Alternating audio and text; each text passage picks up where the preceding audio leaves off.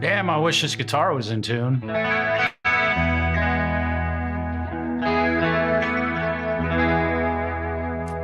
I need to fix this thing. I need to fix this thing. I'm gonna turn up my mic a little bit. There we go. Preston, what's happening? I see you there, Mark. I know you're waiting.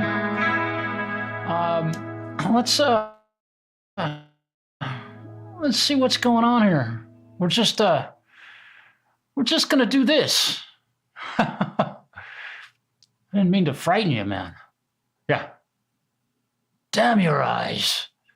I gotta unmute myself in order for you to hear me. Hey guys. Mark is right there. That helps. How you doing? Hey man. How's Whoa. everybody? Summer there. Uh-huh. Sure is.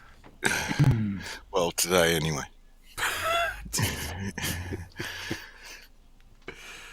Oh. That's it. Yeah. It's a very pretty fire. Let me fix this. Hey, Is that Camellia. better? Let me fix my camera real quick. There we go. That might be better. Oh, and look at that. Let's do this, I think. And hey, Camellia, welcome. Mark, welcome. Hello, Camellia. Mark, you're here. And we got one more. Really. And Preston, hello, brother. Hey, let's welcome Justin. Hey, Justin. Mr. Jam Pro Sound. Marshall, I don't know if it's anyone else is noticing, but your audio is very, very like there's a your buffer's too low or something. Marshall or Mark was clear. It sounds perfect. Nobody's said anything about my audio being bad except for you. And I do hear some gravel. Okay. Yeah, Mark is crystal clear, Probably but yours because I'm in charge. Of course. Well, it's welcome to StreamYard. I'll deal with it. NDI. I'll deal with it, man. Let me do this real quick. Yeah, let me do this. Let me see if I can make a setting change. I am hearing some, and you guys forgive us for doing this. Let me see if maybe I can fix this. Where am I at? No, I can't do that. I can. Come on. How you doing, Richard? Try that. Did that help? Doing good, Justin. Maybe? Yourself?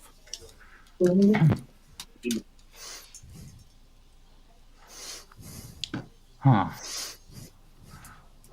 Well, it's welcome to StreamYard.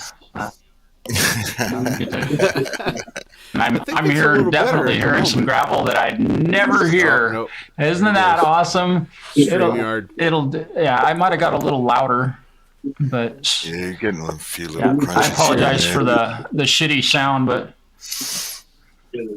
yeah, I'm not quite sure why that's doing that. Let me see. Maybe I can leave the studio and come back. I don't know if I do that because I'd like to finish this. This is really annoying.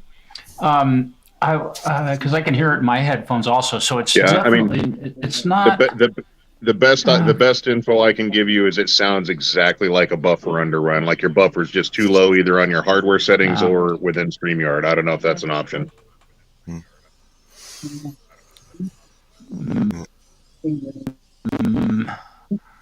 Within StreamYard. StreamYard has a buffer. James. Okay. StreamYard has an audio buffer. I was totally Quentin, what's up? Sorry, my audio sucks, but it'll only do this to me when I'm doing a stream with a bunch of dudes that have a lot of great information. So I'm sorry I sound like shit right now. I can hear it. I'm gonna let me see.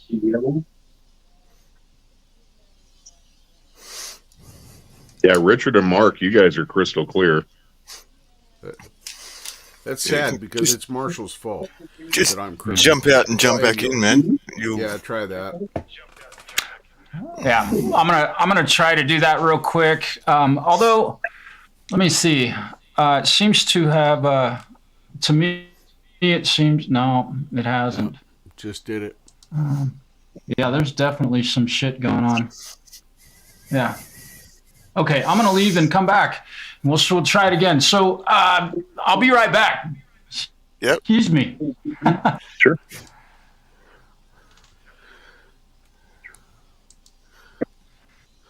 yeah. Hope everyone's been having a good holiday break. Oh, fantastic holiday break here.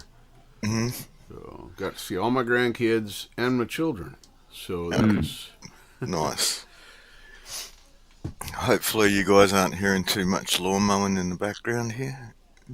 I'm hearing lawn mowing. I am hearing more grittiness though now that Marshall's gone on both of you guys. I haven't touched the interesting. dial. So I'll just shut my mouth. That's fine.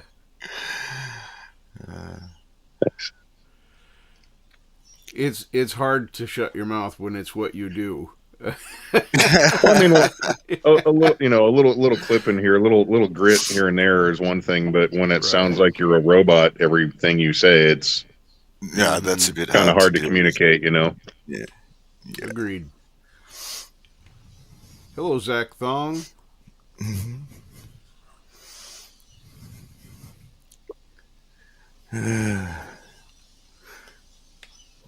Gotta love the internet. Oh yeah, I used to tell my customers at the auto parts houses I worked at, the Visa machine is broken, so we're saving time with this technology while we wait. Yep. Yep. Exactly. Yeah. We used to have a local car seller who says, if you can't come see me today, I can't save you any money. If I don't see you, I didn't spend a dime. Yeah. Yep. We had fun in the lead up to Christmas. Like Nissan Oceania got taken offline for like 2 weeks, man. Wow. Ow. Yeah, that hurt. Made everything rather interesting. Hello, Gary Hubbs. How you doing, little bro? I'm not seeing the chat on my end or whoever's. If you're using StreamYard on the desktop, within StreamYard there's actually a comments tab. Okay. And if you connect it to YouTube, it will then show everything that's going on YouTube without. Oh, you know what? If I tilt my phone, looks like I can hit the chat tab. Uh-huh.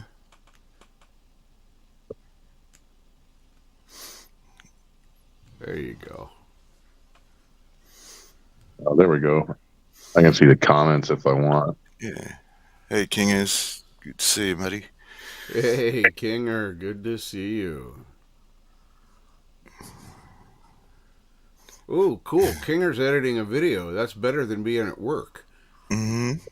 Which is where Kinger's usually at when I see Kinger in a chat. I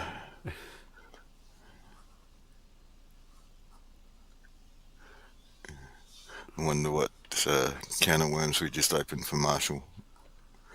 I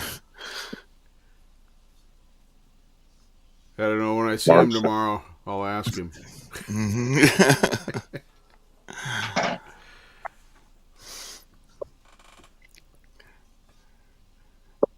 Are you trying to wipe a spot off your camera or something, Justin?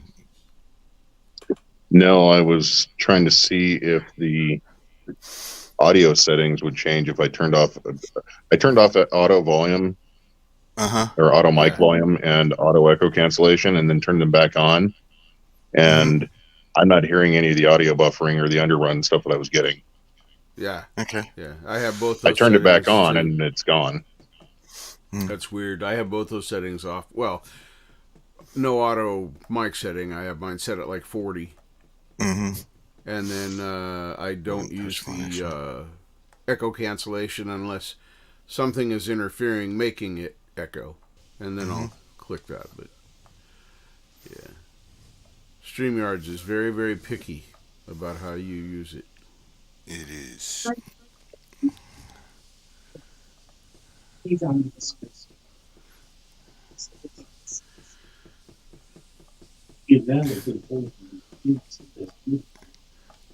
Oh, I can get this. I'm not seeing any messages from Marshall or anything. So. Well, What I about should questions? check. Let me get that one so I could see. No, I do not have any messages for Marshall, although it does say he is active now, unsurprisingly. Yeah, every bit of audio issue I was hearing went away. I turned those settings off, turned them back on, and you guys are crystal clear now, whereas before you weren't. But if Marshall was hearing it too, then maybe that's what he needs to do. Could be. Have you got delay on that guitar there, Richard? Oh, I got a lot of delay on this right it now. sounds like it. Yeah, cool. Hey, I've been playing around with the delay a lot. There's a ton on there right now. Way up in the mix, and it's like eighth and half, and they're split. Yeah, I've been really messing around a lot with echoes and reverb and All the good stuff. I turn knobs now. Flick a switch every once in a while. Is it Marshall's mantra? Just turn it till it sounds like shit, man. Then back it off. Yep. Yeah. Yeah, he has definitely helped me get this straightened around quite a lot. So, staying really stable now that we've gone through all of the growing pains with updates. Yeah. I haven't really had to mess with anything, and I've shut it down, restarted it, been away for days, come back. It's gone through a Windows update, and everything's been stable. So, knock on wood, it stays that way for a minute. Yeah, the last problem, or the big one that you had there, was such a coincidence because I'd done some stuff with Marshall a couple of days earlier, and it was all working fine. Yeah. And yeah, that NDI update was just something that killed everything.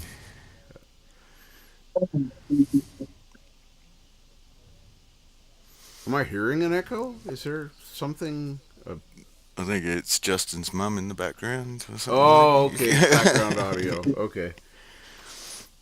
I just wanted to make sure because we were talking about audio. I thought maybe the Gremlins came out, you know. Now I lost you guys. Yeah, you're frozen right now. Your audio's fine, but you're frozen. Yeah. I'm lost in Appville on my phone and can't. I can hear you, but I have no clue where the hell you guys went. See, we're enjoying the sounds of Justin voice while the video doesn't work. Caught him in a really good pose too. Yeah. Technology is fun. Yeah. Yeah, there's Marshall. Comes Marshall. Hey. Yeah. I'm hoping I sound okay. Hey Gary, what's up? Sounds Cheers. fantastic. Yeah. Is sound that great, better? man. Yeah. Sound good to be here. Awesome. Justin's just video working out photo. his video. All right, perfect. He's having the same problem. Well, that's awesome. He'll fix it. Yeah. So let's see here. I didn't have really an itinerary tonight. So what are you guys talking about? You and there he is, right there. Hey, The joys of streaming. all right. It's good to see you guys. Everybody here. Zach. Was Quentin James here? He Yeah, is. sorry. He was. Yeah. I don't know if he's still lurking out there, but yeah, Quentin he pops fucking up James. there. I love that guy.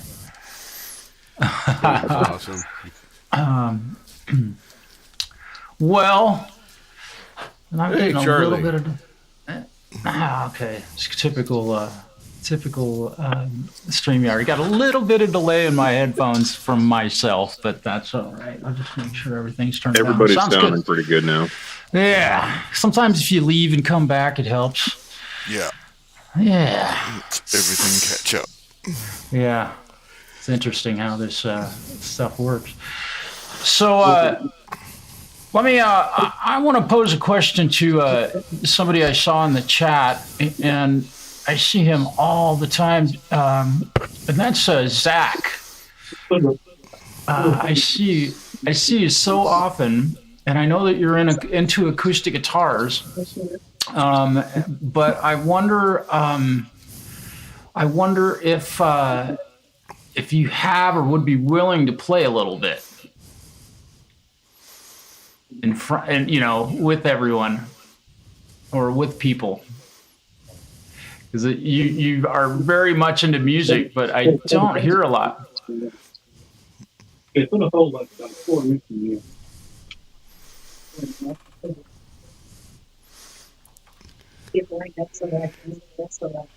Not seeing a. So somebody has the YouTube stream going on there. Please turn it off or mute it. I think that's Justin's mum in the background, man. Oh, maybe that's what it is. Hey, Charlie. Okay. Charlie, welcome. Right on. Okay, sorry, that picks up a lot. That's cool. That phone is, that mic on that phone is super sensitive, man. Are you digging that new phone? Is it still everything you'd hoped for? I've shot 126 gigabytes of video and photos this trip. I think that answers the question. It's awesome.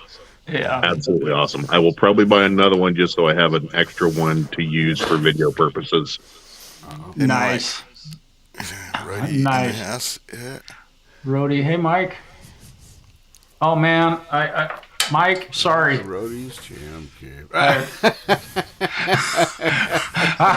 got my lights on. bro. I don't have a real amplifier though, so You'll have to plug into this one maybe tomorrow. We'll see what maybe happens. tomorrow we'll see what happens. So, Yep. see now, wait a minute. Tomorrow, aren't you playing in Walla Walla tomorrow night? No, that would be Saturday night. Oh, that's I believe. Saturday night. Tomorrow. Yeah, isn't Okay. it tomorrow? What is tomorrow? Oh yeah, tomorrow night. Yeah, I'm playing there tomorrow. Tomorrow night. I forgot about that. It's the 29th. Yep. Yeah. We get to play a little gig in Walla Walla tomorrow. I was thinking, for some reason, it was Saturday night, but That's okay. I've had this week has all been screwy for me. I've been phantom running behind the weather, trying to make sure the roads are staying clear, looking ahead to see if, I don't want the Columbia Gorge to throw a wrench in my works here. yeah, that's And do that. never forget who you're messing with. I say that all the time. Did my car not break down the last time I Ed. came to visit? That was Yes. a fun adventure. And was it Justin? There he goes. He needs Is a that a fireball? Oh, 10 high. I haven't heard of that one. Well, it's a recyclable plastic bottle. You better take a hit, man. There he goes. Yeah, plastic's got a half-life of around 600 years, so you better get that alcohol out of there quick. Right. Oh, Nice. That the head shake, that tells you it was good. Yeah. Cheers. Yeah. Is that good? He's awake. I am on the pot and the water. 40%. Nice. Yeah, I rarely drink anymore. Once in a while, I might have a little taste of whiskey, but yeah. Nice. I drink beer, I don't know, maybe two, 3 times a week sometimes. Some wrong with weeks that. will go by, I don't touch it.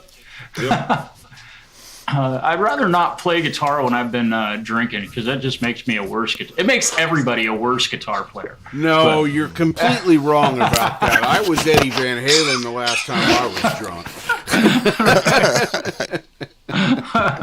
Well, we'll drink some while you're here. How's that? There you go.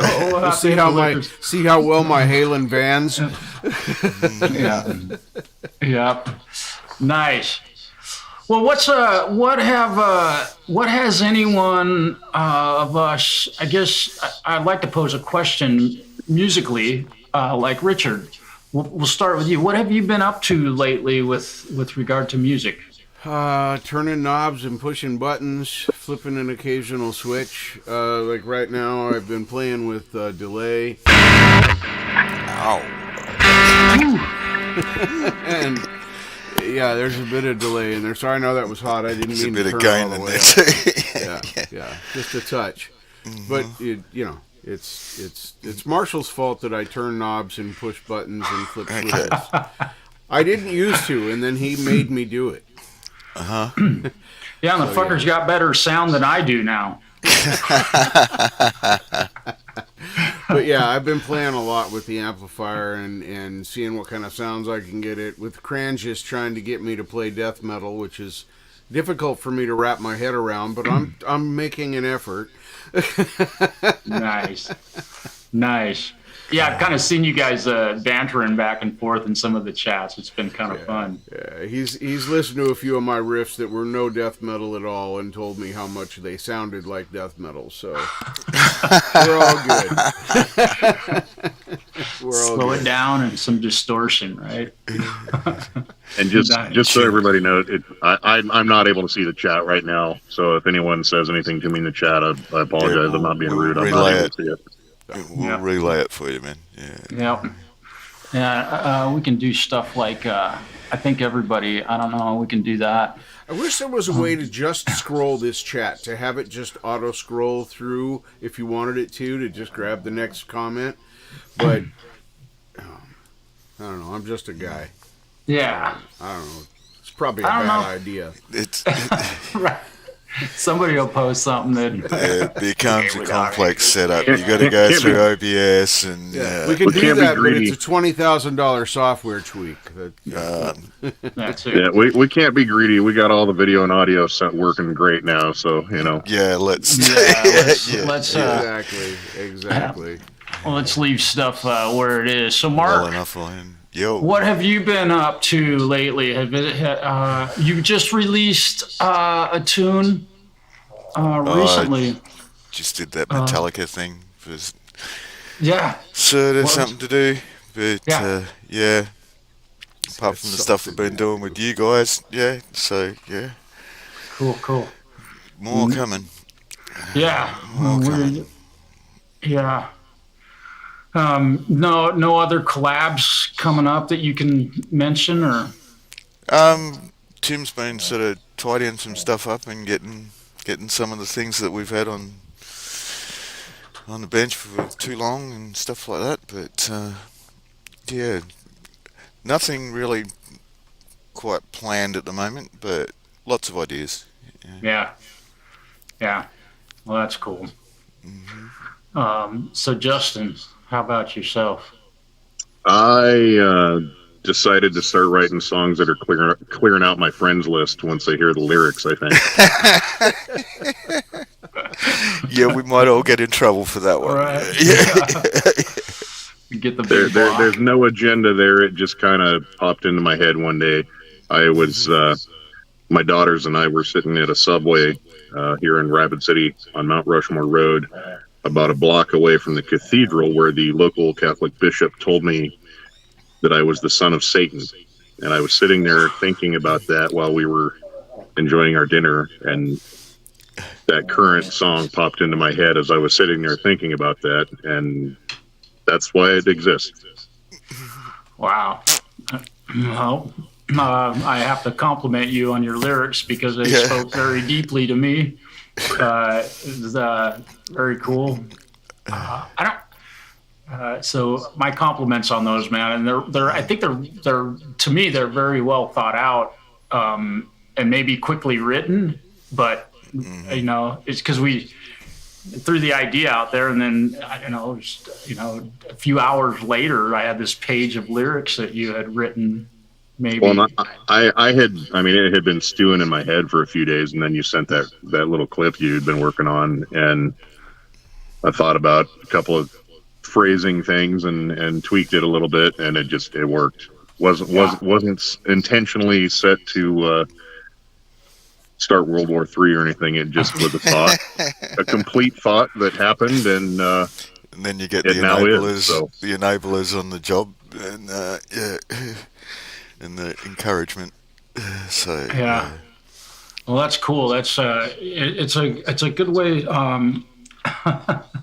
Son of Satan. Thanks, Dad. Very nice, Quentin. I'm hoping you can see that, Justin. I did see that. I do see that. Nice. Quentin, if you all haven't seen Quentin's channel, if any of you haven't been to his channel, that dude does some hilarious shit and some really cool shit with his guitar playing, and his content is really fun. He does stuff like walking down the street outside kind of shit. Like, I don't know if it's like an audit thing, because I haven't ever been able to watch one long enough because I'm always in the middle of something and I got to run. But anyhow, check out his channel if you haven't. yeah, and if you're lucky, you'll get ones where Quentin takes you to his doctor's appointment. Oh, shit. And well, you know, Quentin, he also he's a fucking damn fine guitar player. If y'all haven't heard him play, he definitely knows. Let's see, what is it? An A minor 9?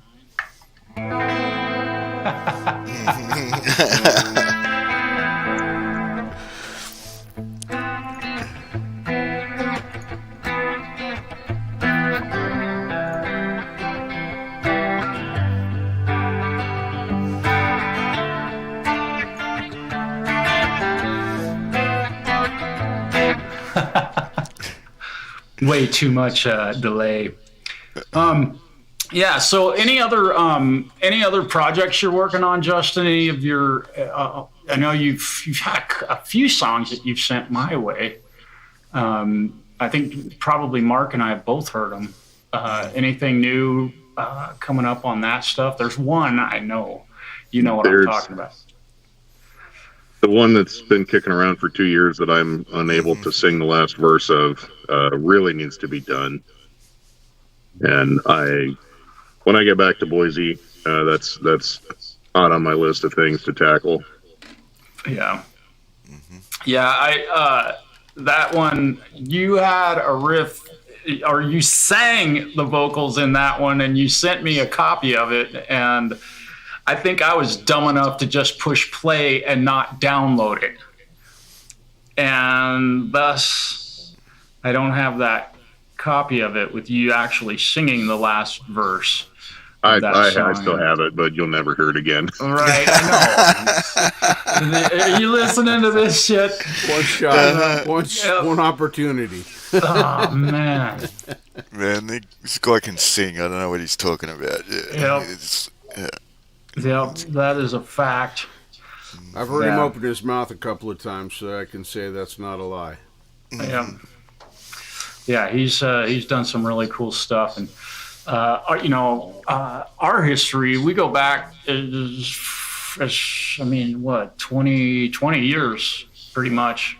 2003. Mm-hmm. So that's how long we've been friends. Yeah. Speaking of 20 years, I got a response back from Mr. Zhivko Penev in Portland, Oregon, and he confirmed with me that he and his family will be in town when I drive my oldest daughter through. So I will get to stop and see him. And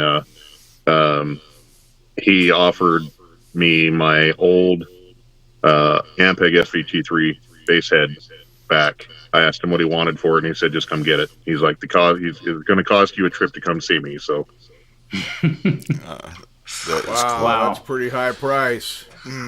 Gonna have to annoy some neighbors now, man. Yep. I think you're in a perfect place to piss some people off. Right next door. It's funny since I've moved in and got all my rigs set up. The neighbor lady downstairs quit cranking her stuff up at 3:00 in the morning. Yeah.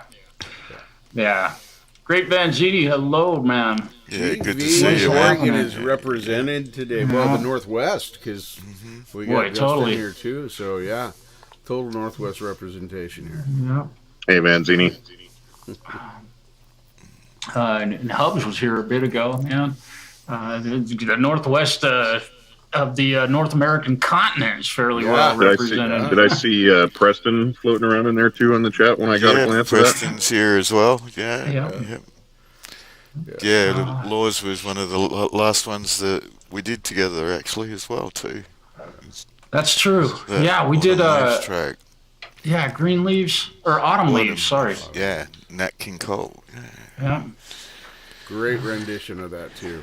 Very much enjoyed that. Wow. Yeah, that was fun. You know, after I gotta say, after we released that, I thought to myself, I should have, shoulda, coulda, woulda. It's already been released, but during the verses, I should have done a little bit of fill work or even a chord here and there. You know, I listen to it now and it's like it's almost like I was a total studio musician. It wasn't like live. You know, I just come in and play a solo right here, and that's it. You know, and I should have. Beauty of it, man, is like I know you were going like, oh, we got to fade it. It's like way too long, and I'm going, no, it was perfect. It all fit in, in context to where the song came from and all the rest of it. So it worked really well. Yeah, that was a fun one, man. It took me way out of my my recent musical realm, I suppose. I had to really think outside the box. It took me. I mean, I played that song. I don't even know how many times I played that song back in high school and college, and even at open mics and stuff. And when I heard that, I was like, holy smoke. I couldn't even remember the chords in it. It was been that long ago. So that was a really like, oh, wow. Well, you caught that woman tone really nice, man. No tone and neck pickup on that Les Paul, man. That was it. Clapton's version. Yeah, that was what we basically based it on. Yep. But, it was funny because when Great Vanzini first talked about it to me, we were doing we'd just done some Eva Cassidy stuff and that, so it was it was a long time back when we first thought about it, and I was thinking Eva Cassidy to start off with, and then I think the one that he sent me a link to start with was actually a Sinatra or a Nat King Cole version. And then when he finally sent me the stuff he'd put together, it was from the Clapton version. It was like, okay, so yeah, not what I was kind of expecting, but we'll give this a go. And it kind of fits with the stuff that we collaborate on anyway. Hey, Mitch Heyman, welcome. Yeah, I'm just say hi. It's good to see you, Mitch. I hope everybody's having a really good holiday season, and getting to spend time with family and friends and kids and all of that great stuff. I've spoken with several friends recently that have just been having a really great time with their families, and it's really nice to hear that. Shut up. Yeah. So, what do you got there? Let's set the star off your Christmas tree. The story behind this star, you guys have all seen my stupid collection of shit from my kids and grandkids, but my granddaughter Penelope made this with her new sewing kit that she got for Christmas that she wanted. Cool. And she gave this to her little brother Jax because he wanted a star. When I showed up, Jax gave me the star because he wanted Grandpa to have a star. Wow. So that's the kind of Christmas I had. Beautiful, man. And I got more stuff to show, but I'm going to do that another time. Oh, that's cool. Yeah. That's really cool. I had a really, for me, Christmas, I had a really great talk with my dad we talked on the phone for a couple hours on Christmas Day and just caught up on life stuff and talked about stuff we didn't even think. I never thought we'd talk about. It's just kind of so that was really cool. It just basically got a little extra day off and took a nap. Naps are good. That was nice. Mitch, do you have a question? I wonder. No, I think you're saying hello to Quentin. Oh, yeah, there you go.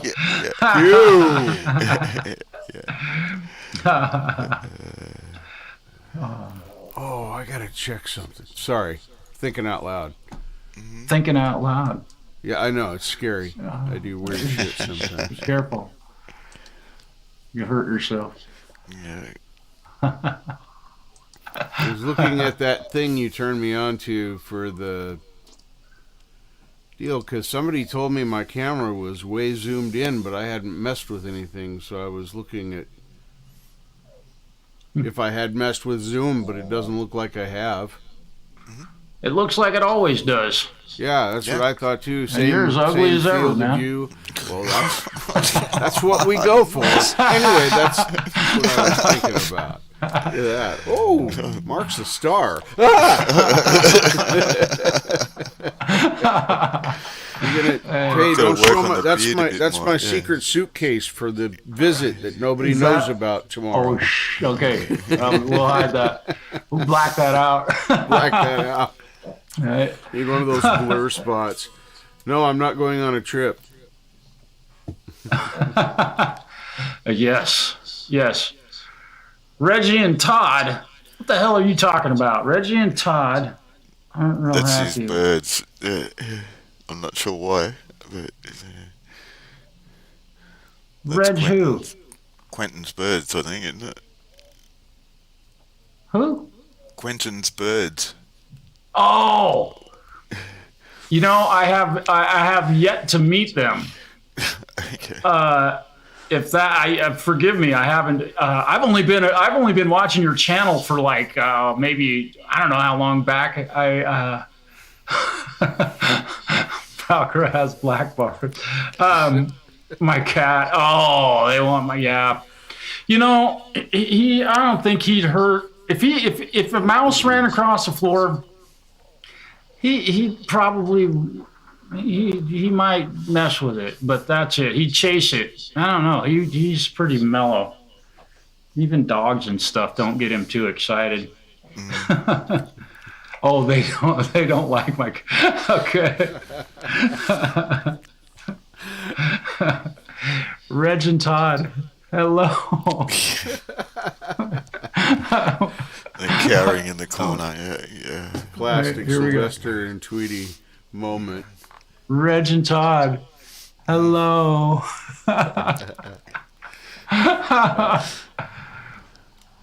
It's so hard to remember to look at your camera when you're trying to do something. Oh, I always boy. end up looking off to the screen. If we could embed the camera in the center of the screen, so I could still have a clear view, like a HUD or something, that'd be great. Because then you could just look where you're looking instead of, my camera's here, but I'm looking at you right there. Google glasses, bro. There you go. There you go. The birds that I love are the cockatiels that are all pissed off all the time. Have you guys seen those? That's close to what Quentin's got. Is that it? Did your birds say "fuck you"? I hope they do. If they do, you're my hero, bro. Oh, that's awesome. That'll be the next video. Yeah. Oh, iPad. Hey, that's cool. iPads are awesome. I've never owned one. Yeah. I love my iPad. Best tablet I've ever owned. I don't know how to use all the fancy stuff on it, but it works for what I want it to work for, and it works great. I don't complain. Yeah, cool. Somebody's gonna get cut. Oh. Oh yeah, that's cool. That is cool. That's awesome. Well, okay, so let's talk a little bit about like the recording process that we've all done and used.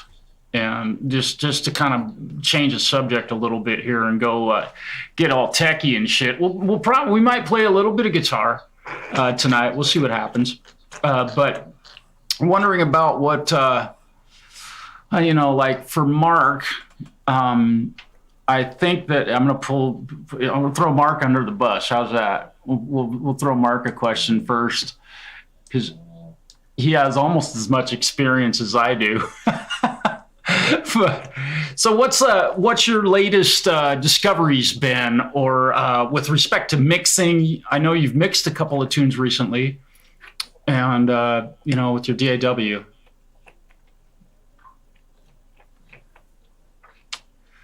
Oh, let's unmute Mark. I think I can do it. Okay, I've done it. Yeah, sorry about that. I just had a chopper fly overhead, so. Yeah. Oh, okay. Yeah, most of it's just been nailing down vocal chain stuff, that Justin's helped a lot with. But, yeah, I don't know. Playing with new tools all the time, turning the knob, seeing what happens, and turning it back when it sounds like crap. But, yeah, really, really focusing on balance as well. Balance and volume automation. Oh yeah. Because some of the stuff that I've worked with recently has had some massive volume differences between parts and stuff. So yeah. But yeah, it's mostly just been getting that vocal chain sorted and playing with a couple of tools that Justin switched me on to. So yeah. Yeah, that's cool. Anything? Have you? I'm kind of familiar with the stuff that you're like the effects that you're using with respect to Reaper.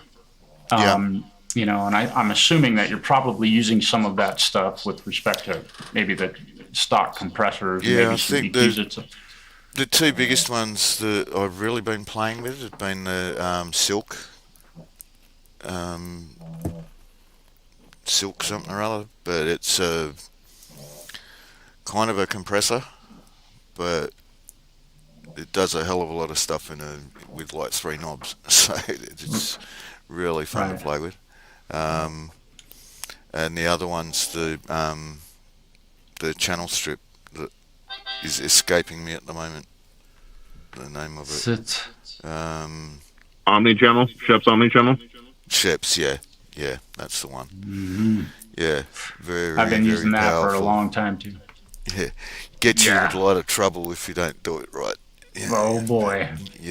But that one's a fun one, man. And there's a lot going on in it if you want there to be. I like the way that you can reorder everything on it too. It doesn't have to be the setup, the strip, the way that they put it in. You can put whatever wherever you want it. Yeah, and I think let me see if I can open up I'll give people an idea of what this plugin looks like just to kind of back you up. Where are you, Sheps? We'll do a Sheps Omnichannel. We'll do just a mono one. I'll give you all an idea of this plugin. It's trying to open right now. It uses up a lot. It's a pretty big CPU hog. I have to correct you there. Omnichannel is actually a zero latency plugin. Yes. You can run that live and it'll work just fine with no latency. That's the beautiful thing about it. Yeah, I demo this or I sing through this quite often. Now I will say one thing. Let me. I can't do this. Forgive me. I don't have OBS running, so I can't share this with you guys. You can but just present. You can just present your window. oh, that's right. I guess I can. Yeah. Let me try that again. And thank you, Great Vanzini. Appreciate it, man. Let's see. Okay, let me see. Yeah, the Omni channel. Let's see. Let's go to this one. Okay, we'll share this. So here is the Omni channel, and let me see if I can. Reduce me a bit. Yeah, let me see if I can make it. How can I make it big? Oh yeah, it doesn't like me for that one. Can I make it? Just choose the right format down the bottom there. Yeah, I'm having to dig through them. Okay, so it vanished. So that's fine. There it is. Now it's back again. Yeah, the only way I could show it to you is just that size, and I can't make Mark any smaller, and I can't make it full screens. Thus, free software. You can't do everything with it that you can do if you could buy software like this. So I'm going to get that off the screen. But it's a really cool plugin. If I could use OBS, we'd be rolling through it, but I'm not doing that right now. Let me see if I can. Can I remove this? Well, anyway. Yeah, it's a real unique and interesting channel strip with saturation. Hi, Mom. Hey, hey. You're live with a ton of people. Yep. Well, then we won't do it. The only girl in the room. There we go. As long as she doesn't bring out the Santa collection. Yeah. I got a Santa collection. What's wrong with that? Yeah, Justin's mum has a unique Santa collection. Oh, that's okay. true. Mine are unique. Maybe not as unique as hers. She's also got a pretty creative tattoo joke. Okay. She likes to tell people she's got a tattoo of a mouse, and it's right below her waistline on the front. And Okay. she'll pull her waist down a little bit, looking for it, and when she can't find it, she'll basically tell you her kitty ate it. Oh no. Your mom is cool, man. I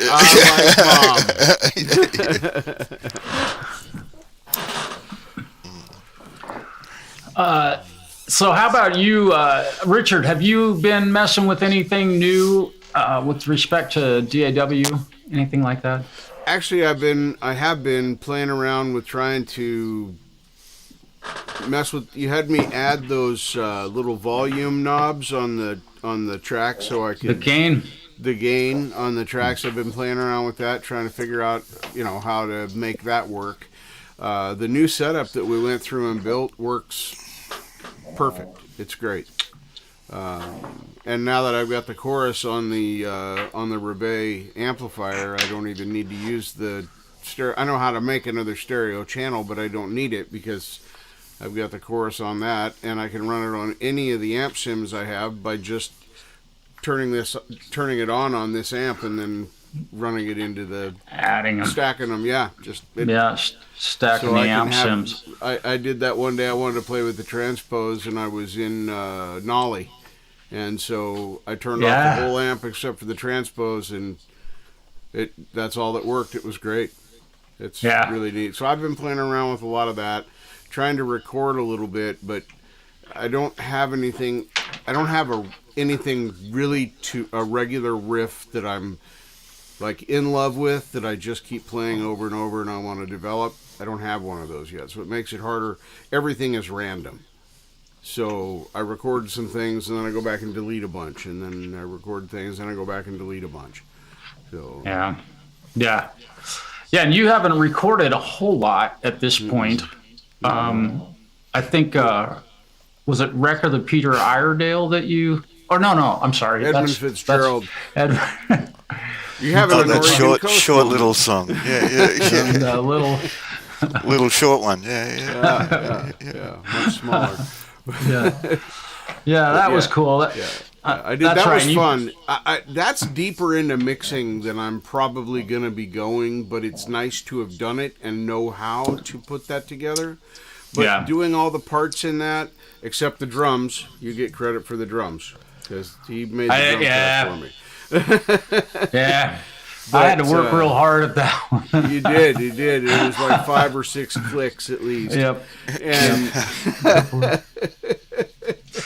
but anyway, it was a lot of fun, and I enjoyed doing that. And if I ever do come up with something that I want to make into a song, I'll know how to record it and make it happen. So, Yeah.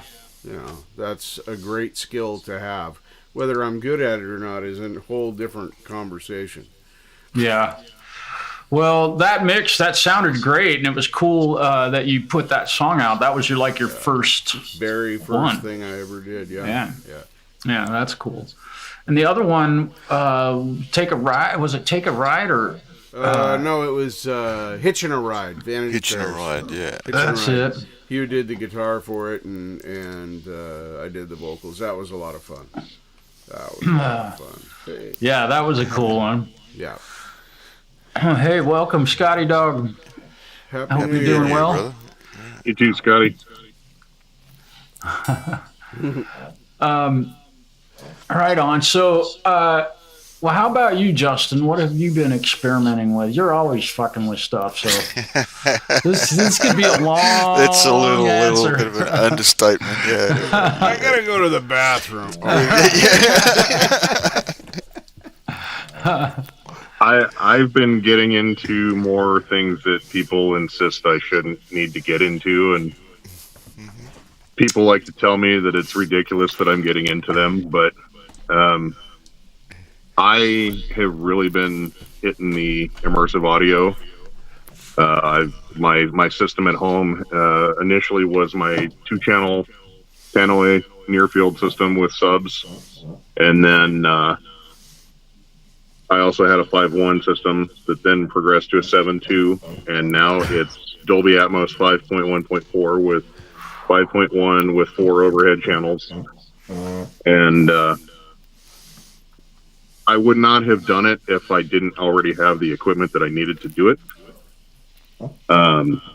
It cost me literally nothing to make it happen, and that's why I got into it. Give me a second. Mom's grabbing another bottle of wine here, so. Oh, yeah. That's a good one. Nice. Don't get lost when you find the bottom. So no, I've been messing with that. There's a lot more there's a lot more film activity going on in Boise, and there are only a couple of film production houses in the area. The 2 that are there that I'm aware of they're Hollywood level Class A. Yeah. So those guys could teach me a million things, and I'd still be well behind. But that's what I'm trying to get into. And then over the summer, I kind of built up my mic locker, and I've been playing around with ribbon mics and a lot of other things that I normally didn't have the option to do. But when I get back, I've got a guy that said he was interested in doing voiceover work, and kept running into roadblocks and people telling him that he had to do this and that and the other thing, and he had to spend a bunch of money on studio time and everything to make it happen. And so I just said, kind of got him lined out on what he needed to do, and told him to write some copy and do some practice runs. He sent me some sample clips of what he's doing, and when I get back, I'm going to bring him in and kind of help coach him, get him going for free, just to prove a point that you don't have to have $1 million in the bank to put this stuff together. And kind of Actually, when you talk about that, it's funny because the young guy that I helped out a little bit. Midnight Bandit, Jared, who's put out. He's got like a spoken word series that he's doing, Electric Noir, and yeah, he hasn't got a whole heap of gear or anything there, but the product that he's putting out now is with a little bit of coaching here and there is coming out really good. It's really interesting. I've been guitar hunting too. I'm hoping that maybe when I come through LeGrand, I might make it home with a new Strat. See if we can twist Marshall's arm and cut me a good deal on that thing. No. Christmas is coming. Christmas is coming, he says. Right? I might know something about that. We'll just leave it at that. I do have a really cool story. So the 59 that you wanted photos of, I was not able to get photos of the 59. Yeah. But what I did get to see is, and I kind of have a cool story with it. So I don't know if the name Ross Halfin means anything to anyone. Ross Halfin is like the quintessential rock and roll photographer and has been for 30 years, right? 40 years. And he is friends with the guy that taught me how to mix, how to do all this. And Bruce, my old boss, up until recently was at NAMM every time. Every NAMM there was a NAMM. Bruce was there. Well, Bruce had talked to Ross Halfin evidently, and was talking to him about taking, some of the photo sessions with Jimmy Page and Robert Plant. And the topic of the Jimmy Page Les Paul custom shop guitars came up. And evidently Ross Halfin told Bruce, hey, when you go to NAMM, tell the marketing director at Gibson, I believe the gentleman's name was Ian. I want to say it's Ian. Anyway, he's like, tell Ian that I told him, or that I told you to tell him to let you play all the Gibson guitars at the Gibson booth at NAMM. And so evidently Bruce did that. And Ian immediately took Bruce in, let him play all the Gibson guitars at the Gibson booth, which you don't get into the Gibson booth, evidently. But he got to play one of the original, back when the Jimmy Page Les Pauls came out, Bruce got to play one at the Gibson booth at NAMM. And Ian evidently told him, he's like, we're going to quit making these this year. If you can get one, grab one, because it's only going to increase in value. And Bruce was able to find one. The next year he went to NAMM. He ran into Ian again at the booth. And he told him, he says, hey, what's up with the pickups on this thing? The bridge pickups it's flipped. It's wired reverse. And Ian from the marketing guy, lead at Gibson, told Bruce, he's like, oh, well, that's the way Page wanted it, that he spec'd it that way. And Bruce got into this big, deep conversation with him about, well, that's ridiculous, because with that out of phase, or out of polarity, the phase is all wrong, and you cannot get the classic Jimmy Page tones out of that guitar. You can't do it. He's like, why would Page want that way? And this Ian guy at Gibson was like, well, that's what Page spec'd. Well, come to find out, the next NAMM, he ran into him again, and he pulled Bruce aside, and he says, hey, we misunderstood what Jimmy Page was saying about what he wanted spec on that guitar, and we were wrong when we wired those guitars up. So all these people that bought those Jimmy Page Les Pauls were saying how great and amazing they sounded, but they really didn't have the discerning ear, evidently. They were all just, dumbstruck because they had a Jimmy Page Les Paul. And Ian told him, he said, Page came to Gibson and was like, why is this guitar wired this way? Yeah. And they told Jimmy Page, well, that's what you spec. And he's like, no, why the hell would I spec it that way? It doesn't sound anything like what I want it to sound like. So, Oops. Bruce, my old boss that taught me how to mix, identified the problem the Gibson had cooked into their custom shop Jimmy Page Les Pauls before anyone else, including Page, caught the problem. Brought it up to marketing at Gibson. They told him he was nuts, and that was what Page wanted. And then the following year, they came back and kind of ate crow, and they were like, "You were right, man." So did they do a recall? So, but I got to see and hold that guitar. The other one was in the other room, but yeah, that was kind of cool. Nice. Well, you brought up Les Pauls, and I got a very, very, very, very, very, very, very special one right here. I did run across an ad for a 74 left-handed Sunburst the other day. A lefty 74. And, you know, I apologize for not taking more pictures of the left-handed Les Pauls that they had at that shop in St. Louis when I was there, man, because they were really cool. And I was, for some reason, my mind was thinking you wanted a lefty SG, which Nope. I think that was because the Agiles you have, or Agiles that you have, are SG style double cut guitars. Is my if my memory serves me correct. I have two double. I have an Agile Les Paul, typical studios, Les Paul. I've got a couple of double cuts, and then I've got their version of the SG body, which is not uniform like the SG. It's not symmetrical like the SG, which I'm not a fan of the style, the body shape of the SG. It's like they took the SG and squished it. Yeah, it's like an SG and a Jazzmaster kind of together, and it's offset, a little oblong, and that's what I've got. Well, forgive me for not taking more pictures, because I think they had 2 or 3 Les Pauls hanging there, but they were all fucking $30,000, dude. Right. All of them. I was just going, fuck, you don't even want to see them. Even the SGs were like, I don't know, 22 grand for a left-handed Gibson SG. It was a shot. I was what? I definitely appreciate the instruments and the the history behind them and everything goes into them, but there's no reason for me and my abilities to have anything more than a $500 guitar, period. Right. Well, check this one out. An expensive guitar is not going to make me any better. Well, you might be surprised, man.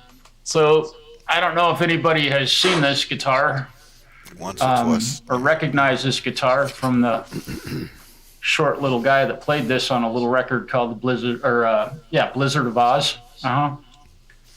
This is actually a true 1974 Les Paul Custom. There it is in its full glory. Kind of cool.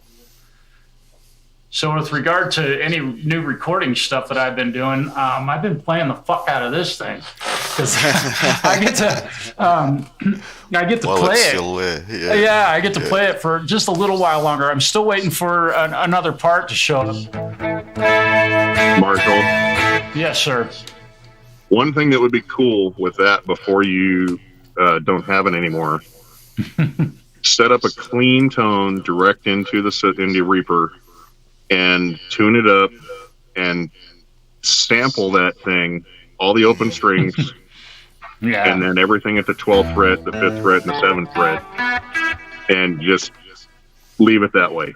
Just stick all that in a folder somewhere, because then you can turn around and you can use the analysis stuff to look at that, and then we can compare what that's doing to all the others. My other Les Paul. Emulate, we can come up with a correction curve to approximate the sound of that guitar. Yeah. Well, I'll have to try that, but the fact that I got this thing out and can play it a little bit. Sounds good. And it's funny because it's not funny. It's actually kind of sad because this it's amazing how many people complain about Les Pauls not staying in tune, and I mean I find it hilarious. I mean, you just watch me pick this thing up out of the case. Dear Glenn, what's that? Dear Glenn Fricker, Yeah, dear Glenn. Exactly. Listen to this thing. We love you, Glenn. We really do. But watch this. Yeah. Big old open E chord. Now, you know, I did just set this thing up and get all the electronics and I mean, I didn't do anything with the electronics, but the intonation and all that stuff is done. Let me see. Hang on just a second. Here we go. I need to shut this. Everybody, I think, knows everybody here.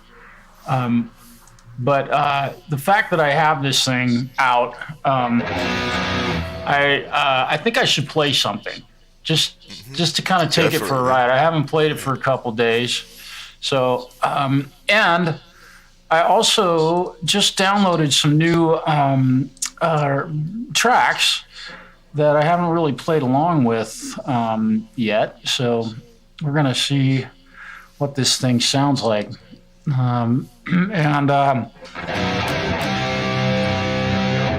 I'll just give it a shot. I hope the sound's okay.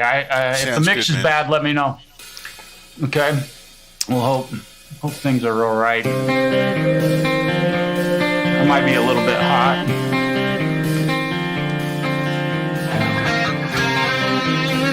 I need to tune this guitar. Let me stop this real quick. This guitar is definitely not in tune with that track. I'm going to tune in silence. The real deal. Yeah. So it is a little bit out of tune, but and I have my tuner muted so y'all don't have to sit here and listen to me. Yeah, it was just exactly what I thought. It's just a little bit flat. Just a little bit. But it's consistently flat. Every string went out about the exact same amount of cents. It's that wonderful weather you got. Yeah. Every guitar I own is about a step sharp all the time because I got fat and keep my house as an icebox. Right. Keep it cool in there. Yeah, and you know, it may be that the heat. My place is pretty warm right now. I mean, I'm way overdressed right now. Let's try this. We'll see how this does.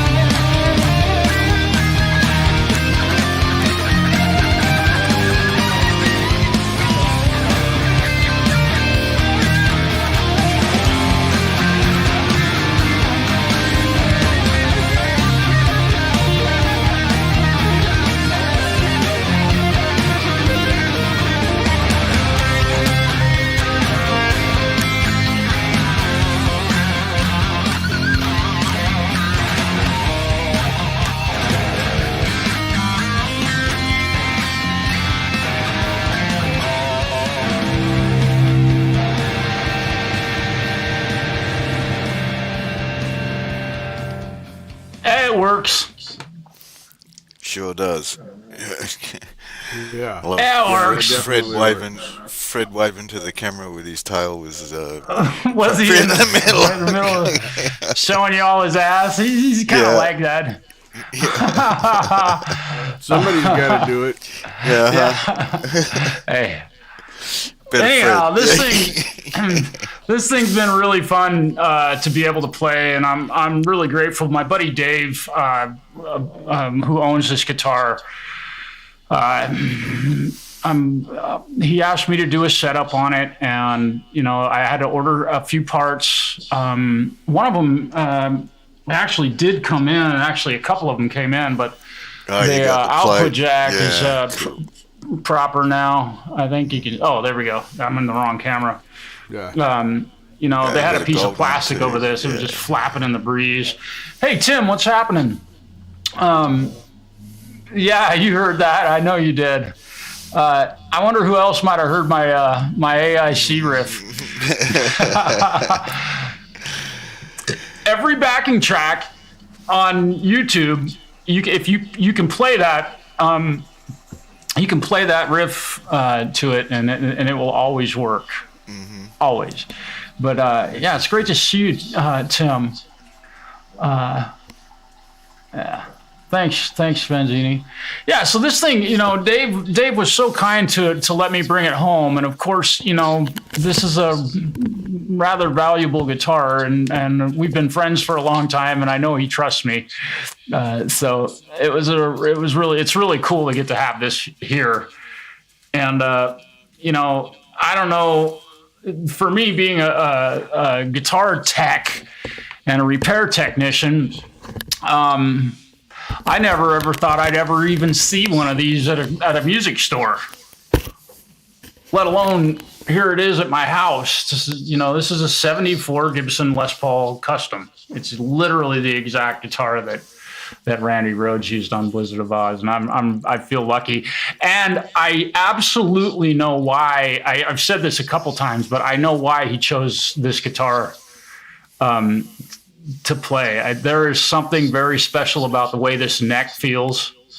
It's just unlike the weight of the guitar and the neck, the feel of this neck, and it's so fast. I mean, I'm not the world's fastest guitar player, but man alive, it just, as a guitarist, it feels. It's what, if you ever hear about people say it's a fast neck, this is what they were talking about. This thing is really special, so I'm really lucky to have it. So that's what I've been up to. Pretty unique Les Paul, that one too. Yeah. What's that?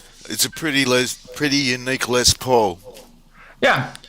Yeah, and I don't know, much of the history of the 1974 Gibson Les Paul Custom. I know any year of a Gibson Custom Les Paul, they're going to be very limited in the number of them there are compared to, the standards and, of course, studios. But these things are just phenomenal. This thing is. Tim said, it sounds exactly right. Oh, this is a 12-inch radius. It's no different than all the other ones. Literally, all the other ones. This is a 12-inch radius. The thin neck. Yes. Thin neck and a volute. To show you how thin this is, there's not really a good way for me to do that, but here's a look at the neck. And you notice it's got the volute that they should put on all of their Les Pauls, but they don't. And I'm glad about that because it keeps me really fucking busy. So leave the volutes off of them. Yeah. And the thing is, really fairly, I can't say for sure if this has the same frets that Randy would have had on his. He may have had him put some fatter frets or something like that, but these things they're fairly short. It's not like a fretless wonder. They're fairly short, but man, this thing. Wait till you play an E chord on this, brother.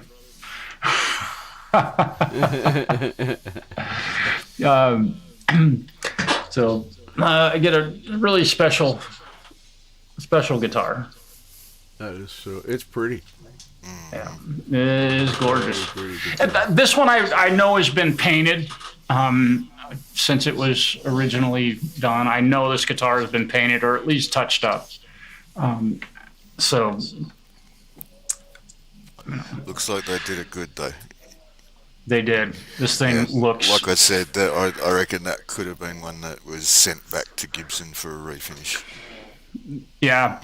And I have sent Gibson a request for some history on this because I did get the proper serial number off of it. So I'm hoping to get some feedback from them.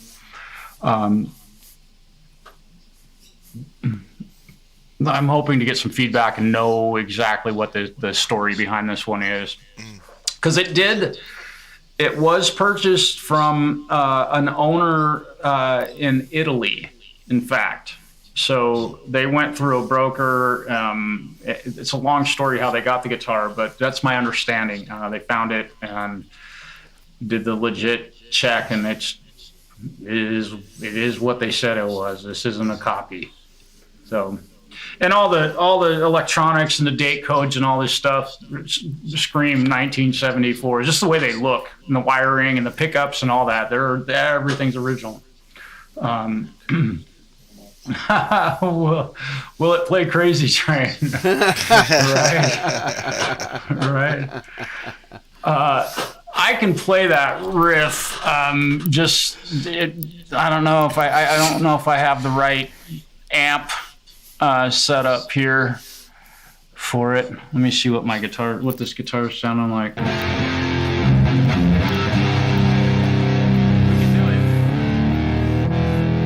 We can do it down low, right?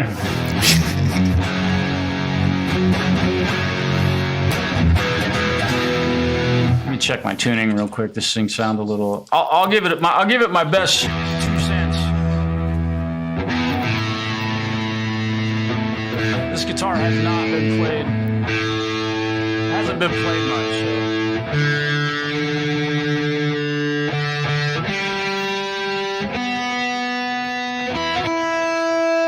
I am not very warmed up. Yeah. Oh, dude, Mitch, that was one of the first licks I think one of the first licks I ever learned. I learned a bunch of church tunes before I learned how to play like rock songs.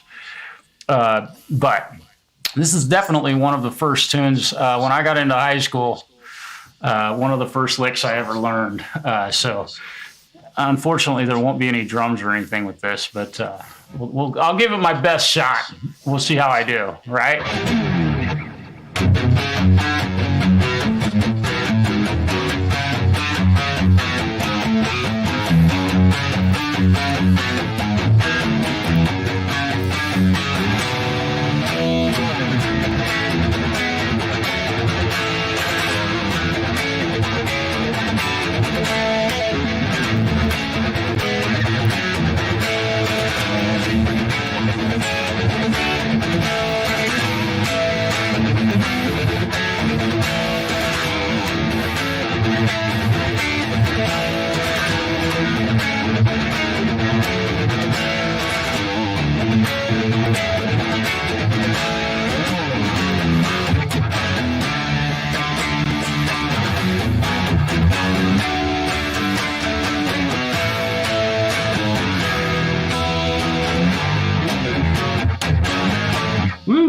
I'm going to stop that. That's so far out of tune. I don't even want to hear it. That's terrible. So, my statement being earlier that this guitar is really in tune. This thing is really out of tune right now. And I just tuned it. Let's see where it is. That was what was killing me. How long do you reckon that thing is sat without being played though? What's that? How long do you reckon that guitar sat without being played? Oh boy, I have no idea. And it just got to the United States from Italy, so fuck if I know. It's still settling in, man. Yeah. And I haven't rechecked the setup on it since after I did it. I think I set this thing up about 5 to 6 days ago. What day did I bring this home? It was. I don't remember. It hasn't been. I haven't rechecked anything. No, it's not the string stretching. I stretch the fuck out of the strings.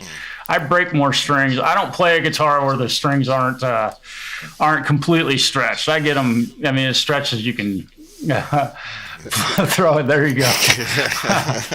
Precisely. Yeah, Mitch. That is not at all what this thing is experiencing. Not at all. No, this is just that wood settling into the climate that it's just got delivered to from a Mediterranean climate to the Pacific Northwest. Yeah. In the winter. Yeah. In the winter. Yeah. In the winter. Yeah. And also, the temperatures have been changing dramatically in my apartment because it cools off and then it warms up, and it does. It does this all day long. So that's my story, and I'm sticking to it. Sounds fair enough to me. Yeah. So it was kind of fun to get to play this one a little bit tonight. Marshall, do you know any Blizzard of Oz licks that we can hear on that thing? I just got done playing one. Oh, sorry. I was upstairs. I'll go back and watch it. Right. Rewind. Yeah. No, and Mitch, I was going to say, when I stretch strings, man, I'm not nice about it. And I tell everybody that. And I have people come into my shop that want a string change on their guitars. And I'm like, if you wait, I'll do it right in front of you. You can learn how to do it yourself. Not to work myself out of work, but just to show them what I do. And it's amazing how many people go, Jesus, are you sure you're not going to break them? Yeah, cringe on that E-string. Yeah. One good thing about working at a guitar shop is I have an endless supply of guitar strings. Of course I have them here, but dude, I am not nice about it. I stretch the fuck out of them. I don't want to be playing a guitar and have it go out of tune because the strings are stretching. That just, to me, that's dumb. If it's going to break, it's going to break then. Yeah. Yeah. Yeah. When I started going to school in La Grande, it was on a jazz guitar scholarship. And at the time, I had a hookup through Ernie Ball. Ernie Ball thought that myself and some other folks were a music store with a music store front. And so for years, we were buying cases of strings. And then Ernie Ball's distributor decided to come through town one day and tried to get in touch with some folks and come see us at the store that didn't exist. And that was the end of our screaming deal on guitar strings. No more strings. Yeah, we're an Ernie Ball dealer at our shop, and you might be why. Who knows? Wait, you might be why. No. Oh, dude. Check this out. All right, wait. Where is it? There it is.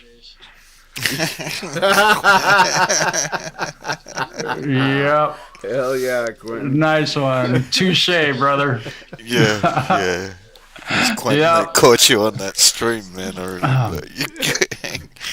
It's upside down, Marshall. Yep. God, I can't believe I did that. Still in tune. Yep. That's great. Yeah, cool. Yeah, so I wonder if we could maybe talk Falcro into playing a little riff. Oh, I'm not warmed up at all. I couldn't possibly play. Ruby might make some noise, though. All right. Let's hear some. And you can do whatever you want, man. I took a few effects off my amp because, we don't need to use this audience to do my experimentation. So. The more the merrier. Now, what did I do with it? Who stole my pick? You know why I couldn't find it, right? Bring about 80,000 picks with you when you come over, by the way. At least 100 with me. Whoa. Is it still a little hot? That sounds awesome. Yeah, a little hot. Yeah. A little hot. Yeah. I had to bring that. Let's bring it back to -7. Yeah. Because I was playing around with volume. So. That sounds great. All right. Let me,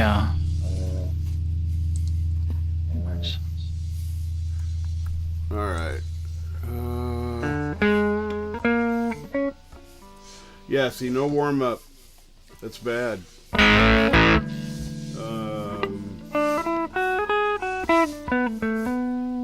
I can almost do a scale. See there? See what I did there? Yeah, yeah. Crazy stuff.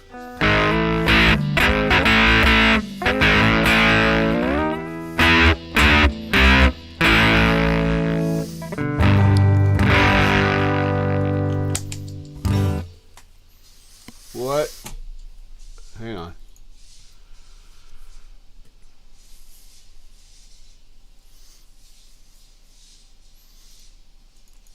Why is it doing that? I don't want that on. There. Thank you.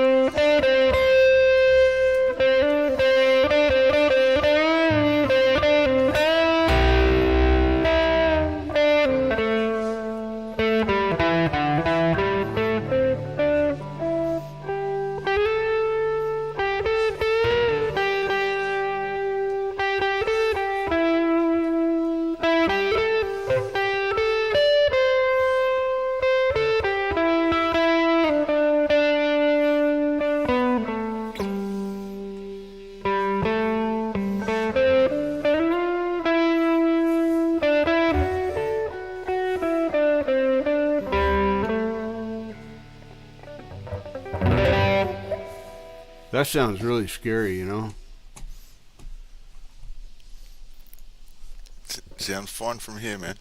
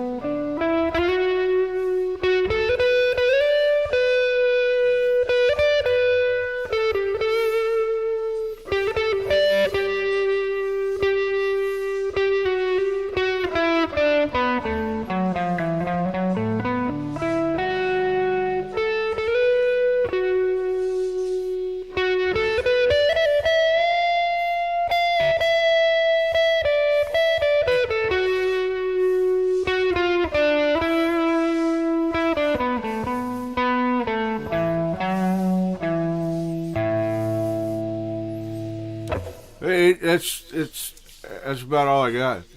I think I cut my finger. No, I didn't.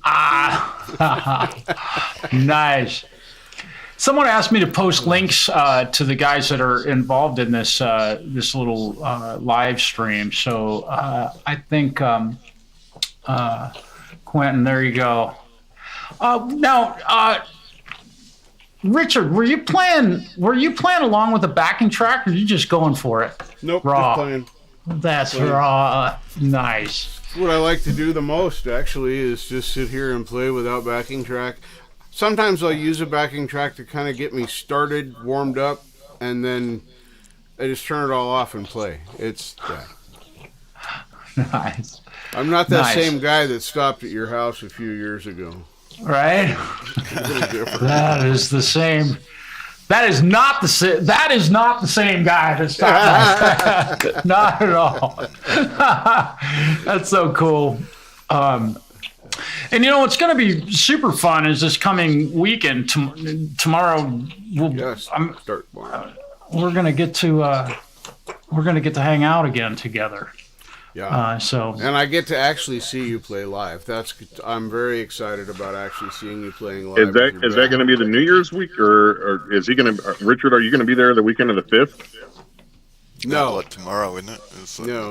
I'm going to be there. I'm going to be there. now that just depends on how cooperative his car is. Black Betty might have some words with you when I get there. Well, Right, right. hey, Vicey. Well, Richard, I, I'm taking my daughter up to Vancouver, Washington on the weekend of the 5th. Man. So, and then I'll be coming back through Portland and that whole area up there. So maybe I can stop up there and take a detour and come see you. Yeah, yeah. Meet up at some place for a coffee or something like that. Say hi. And come over and get your network put together for you. Oh yeah, that we could do. Yeah.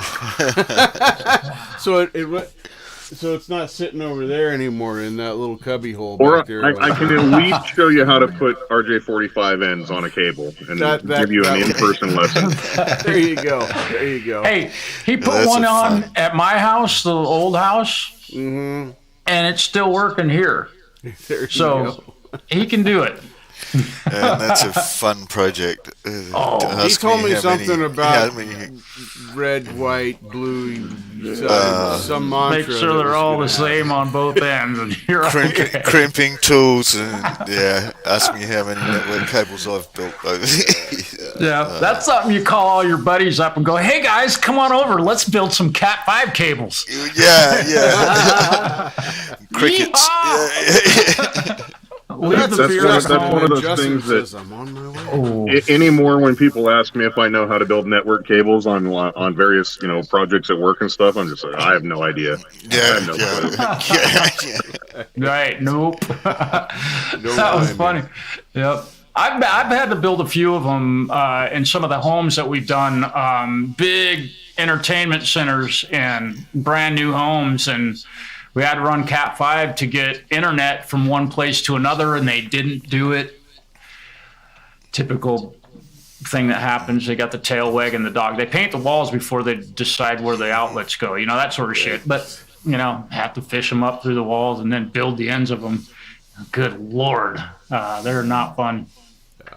What's really cool is when you go into a house that's got tiles from Italy that are $15,000 per panel, and they have to have wall boxes cut in and cables fished through them, and you're like, I got to cut through that tile, and they're looking at you like, what? Yeah, bet that raised an eyebrow. RJ45.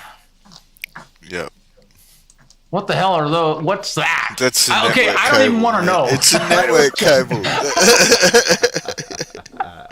That blue thing, Yeah, it's that. What is an RJ45? It's the end of the cable. Oh, Yeah, The- it's the that's number what that- at the end that- of That's the cable. connector. The That's a connector connector. is. Yeah. yeah. I didn't realize that. So, I've made plenty of not Cat 5, but what's the cable? What's that shit called? Network or audio. What's really fun It's, is cable. when you get into a situation where you have to hand make HDMI cables in the field.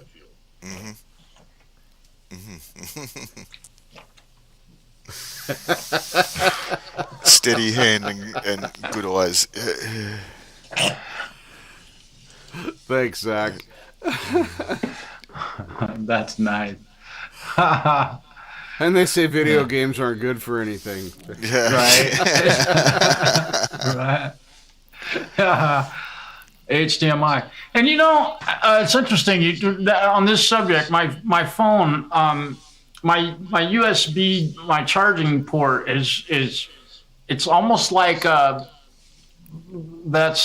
this phone is like, I ain't kidding, 7 years old, at least 8 years old maybe. Works great, but boy, it doesn't like. It's you starting gotta to get be, a little bit wobbly. yeah, you got to get that cable in there just exactly right. if you're not ready for a new phone, you could probably find a replacement power or USB jack for that phone Yeah. for about 68 cents. Yeah. And in about 20 minutes, and a kit to pull that phone apart, Well, you could swap it out. If that's Yeah. an S7, I think it's got induction charging on it, hasn't it? You So would you know. should be able to buy the $20 ring Wireless charging that pad. you just sit there and just sit it on top. No, this I don't think will do that. I've never done it. It's an S7. Yeah, I think This they had it on them because I've got I've got to check mine. Yeah. I've got one sitting Alright. over there somewhere. I don't know. I don't I think know. it was the first of the But- induction. What I will say is that if I can get the same service that I have for my phone, and by the way, I pay $35 a month for unlimited calling and unlimited text and like 5 gigabytes of data, which I'm always on Wi-Fi anyway through my phone service. So I have to laugh when people say they're paying $180 a month for phone service. I mean, I get it if you have a family and you've got several phones, but even paying for 2 phones at $35 a piece is a lot less than $180. But The answer nonetheless, is yes. It does have wireless Okay, charging. so the S6 this does. Yeah, Yes. yeah. So you can get a Well, shit. generic little charge pad. I'll be dead. Marshall, I am going to be there tomorrow, and it just so happens that I get a have a spare wireless one. charger that I don't need. that I will Well, bring with me. Perfect. There All you right. go. Hey, and I got something here that we're gonna have to do a trade, brother. Oh yeah, I got it. Thanks for the reminder. Let me do the thing. Throw that shit in your bag, dude. Get a load of this. Where is it? Come on. Coming. It's coming. That's so cool. Yeah, I mean, it still will charge up. Yeah. Holy For shit. scale. For scale. That's what I thought I was buying. Yeah, yeah. There was nothing in the photo with it for context. You got a Yeah. freaking lifetime supply. I opened up a box the other day in a closet I hadn't been into for years, and I found my whole Dunlop cleaning Yeah. kit and a big ass syringe of nut sauce. Big Ben. Nice. Thank you, Tim. Thank you very You much. found I Tim. appreciate that. Yeah, that's very cool. You found how much nut sauce? I have a syringe about 7 inches long or so, about the size of my thumb. That's just That's Big freaking Ben's nut sauce. You know that Wow, stuff's yeah. mostly KY or something. Yeah. Wow. I remember watching Dave Like foaming at the mouth right Dave now. do a brew of his his take on Big Ben's nut sauce, and he swears that it's the exact formula, but it's mostly KY. Wow. I know some people that would be willing to test that, but I don't want to hear what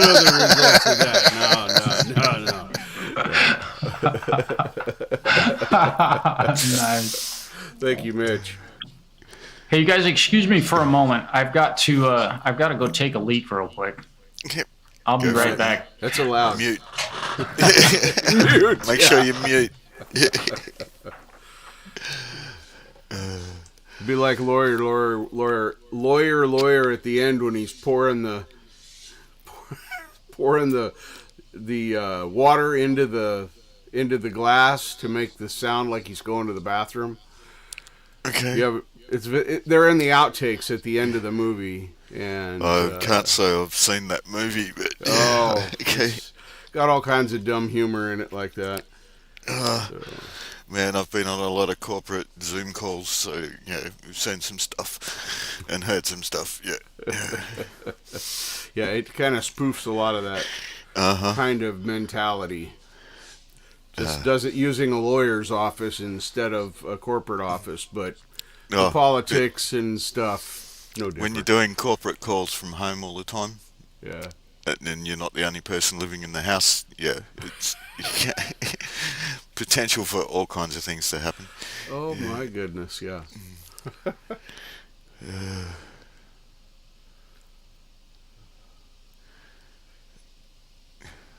Zach gonna get an iPhone 13 Pro or 15 Pro. I haven't got my glasses on. I got the Ultra 23 Samsung, whatever the hell this thing is, S23 Ultra, and that's gonna be my phone when I die. I hope. I just went and got a Motorola, like G something. It's like $300 outright. Does everything I need it to do. I don't do stuff on my phone. Too many computers around me to worry about it. Yeah.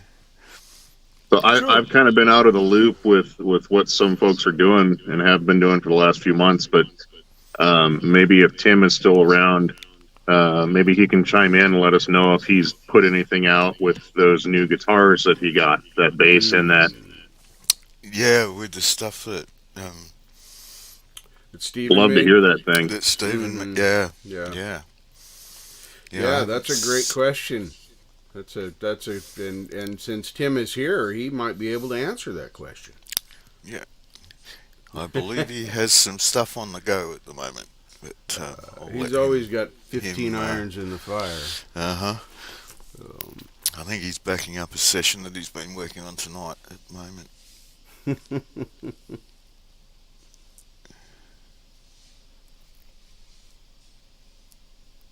I hear those are fantastic phones, Zach. I don't know. I looked at the 14 Pro when I was getting the S23 because the 15 hadn't come out yet, or even been announced at that time. So, yeah, this is the last phone I want to buy. Done. Yeah, my last one I think went for about 7 years. It's just If I got 7 years out of this phone, I would be happy. When it all started to swell out of its case the other day, I sort of went, yeah, okay, it's time. Yeah. Now I got to get into Android because all my phones prior have been Windows. Oh, believe it or okay. not. Yeah. Yeah, Android and Windows are way, way different, but you'll get it. Yeah, well, I'll kind of join the current century and work out what to do with apps, I guess. You'll learn to hate them like everyone does. Yeah, well, it's actually been funny because there's been so many services and things like that that I can't use without installing an Android app. Without installing an Android app. Including stuff to do with it, government stuff that you need to do. That goes, if you want to access this site to, file your tax return or something like that, you have to install this iOS or Android app. You can't do it on Windows. It's like, wow. What? Okay. Is that a sign of Windows falling out of popularity? Or just a commonality of Android? It was just that it was all common with Android, and Windows Mobile never went that far, and the phone that I had, which actually didn't run Windows Mobile, it was Windows 10 Pro, a fully blown operating system. Wow. Wasn't extremely popular, but because it was a PC in your pocket, basically, you run the full Office suite and everything, plug it into an external monitor and do all your business stuff on it. But wow, was too expensive for the time. Yeah, it's only that I worked for the company that I had one, so. Yeah. What's going on in the chat? Etch-a-Sketch, right, Charlie? I cleared the screen on my Etch-a-Sketch so many times it had permanent scratch lines on it. Because I like watching the thing move inside. Yeah. Man, that's a few years back. Yeah. Classic XY axis. If you want to know how XY axis works, that'll show you. Yeah. Try and draw a diagonal line. Yeah. Totally off topic, but did anybody else happen to catch the Facebook short today that was about some organization that took stray dogs out of shelters and taught them to drive cars in 47 days? No. Nope. That would have been interesting. Were they all in Teslas? No. That wouldn't have been a good idea either. Yeah. So some of the horror stories I've seen with that stuff lately. Yeah, I watched something about people getting pulled over for sleeping while their cars were driving. It's terrifying. Yeah. It's terrifying. Especially when some of that stuff goes wrong every so often. Yeah. I don't know whether you've seen the couple of clips of guys in their Teslas just taking off doing 100 mile an hour through suburban streets and they can't stop them. Yep. Yeah, terrifying. And working in the automotive industry at the moment, it's like everything is so focused on electric and it's just been way too rushed. As a gearhead and someone that's been in automotive industry for my entire career, I agree. It's the cart before the horse right now. I have nothing against electric cars. Electric Same. motors I am can totally be as for powerful that stuff. Yeah. But the infrastructure is not there. I can't go charge up my car as easy as I can go fill it with fuel. It's not just the infrastructure, though. To me, it's more the safety factor. People are not educated of what to do with batteries, what to do in the event of a failure. Even first responders don't know what to do.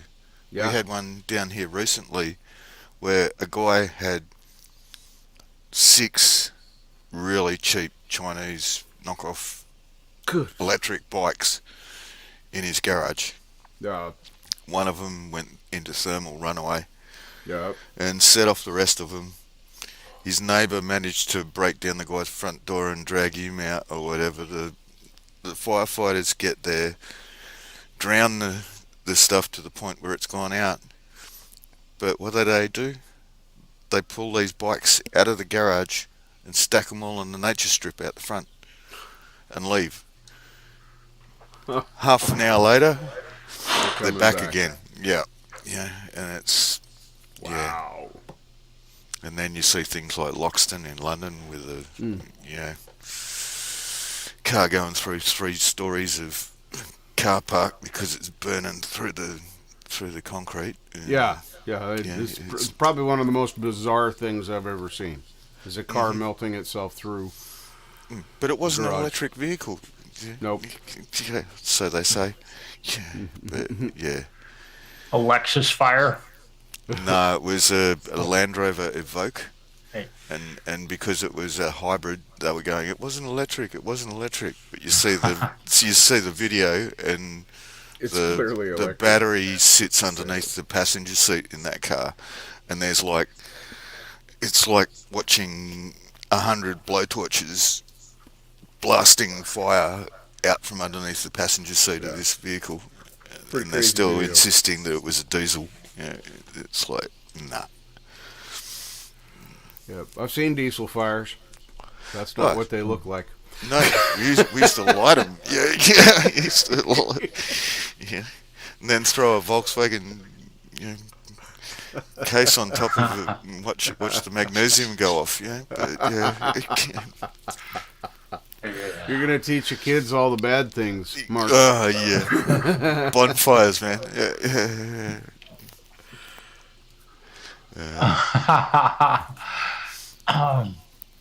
I actually ran down the elevator to have a smoke while I was taking a leak. So we figured that I wasn't. The one bad thing I do in life is I'll have one of those nasty cigarettes once in a while. You went down. Hold it. I gotta back this up a minute. You went down the elevator, and then you had a cigarette while you took a leak. Was this in the elevator or out of the elevator? At which point did the leak begin? I was going to make some smart-ass comments about Marshall taking a long leak. Yep. It was there. It was screaming at me. Say it! Well, and I smoke a lot less. I've never smoked a lot, I don't think, compared to a lot of people that I know who smoke. But now that I live up on the 5th floor of a building, it's a lot more effort to go have one, so I don't do it nearly as much. And not as I've been the amount that I smoke is not even really worth Charlie. like worrying about, in my humble opinion. But we'll see.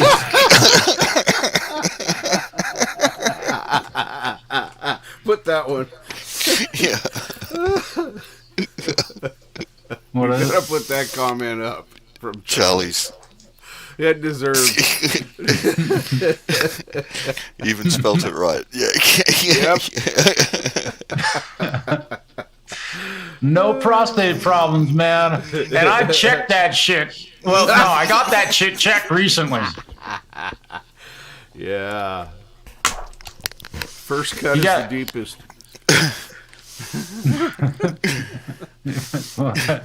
Never really looked. Yeah. Charlie's always got the one-liners. I love You Charlie. got the good ones. Yeah. Nice. Well, we talked a little bit earlier about a song that Justin has been writing lyrics for, and I think it's been kind of an interesting scenario with Justin and Mark.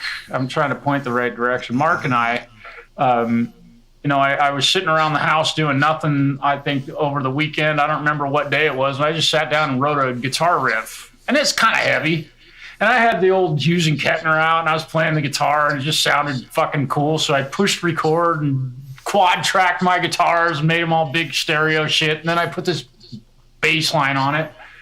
And I'm like, I don't really have a concept for it, and I don't have lyrics. And Mark's like, oh, well, and Justin was like, oh, send me the track. And all. So I mailed him the track, and I emailed him the track. And where is he? Them. And the next thing I knew, Justin had some lyrics written for it, and we talked about this earlier in the stream. But the next thing I know, Justin sent me lyrics, so I sang the lyrics to the song just because I had them, and this happened. I don't know if it was the same day or maybe it was the next day that I think it was the next morning. Yeah. Yeah, I woke up before work. I got to be to work at 11 o'clock. I got to be to work at 11 o'clock, right? Fuck So, yeah. I had time. I woke up at 7 o'clock in the morning and just sang. I read the lyrics and I was listening to the music and I was trying to make the rhythmic thing fit. And I just sang and I put all kinds of effects on my voice so I sounded good, And it was really fun to do that because he sent me lyrics and I had no idea what his rhythmic feel was or anything. I just put them down, and the next thing I know, Justin sends me a new arrangement of the recording that I made, and it was really interesting to hear my guitar parts rearranged because he knew the tempo. He set it on the grid. It's done to a drum machine, so there ain't nothing. If you want to cut it and move it and do this, that's not a complex thing to do. And he did it, and it was really cool to hear it that way. And now, he was sharing his opinion of my vocal performance versus what he has, his thoughts for the way to sing the song is. And it's not Cookie Monster shit. I didn't do the Cookie Monster thing. If you've watched any of my songs, you've heard the Cookie Monster version of me. But this is actual singing. And actually, I called Dave Mustaine and had him come over and sing the lyrics.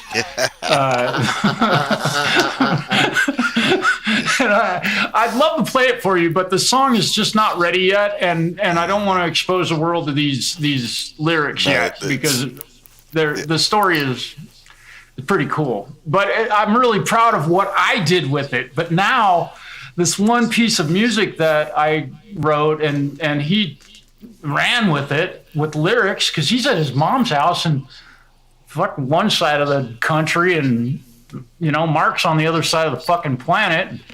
Richard's sitting down the street from me, smoking a bong, But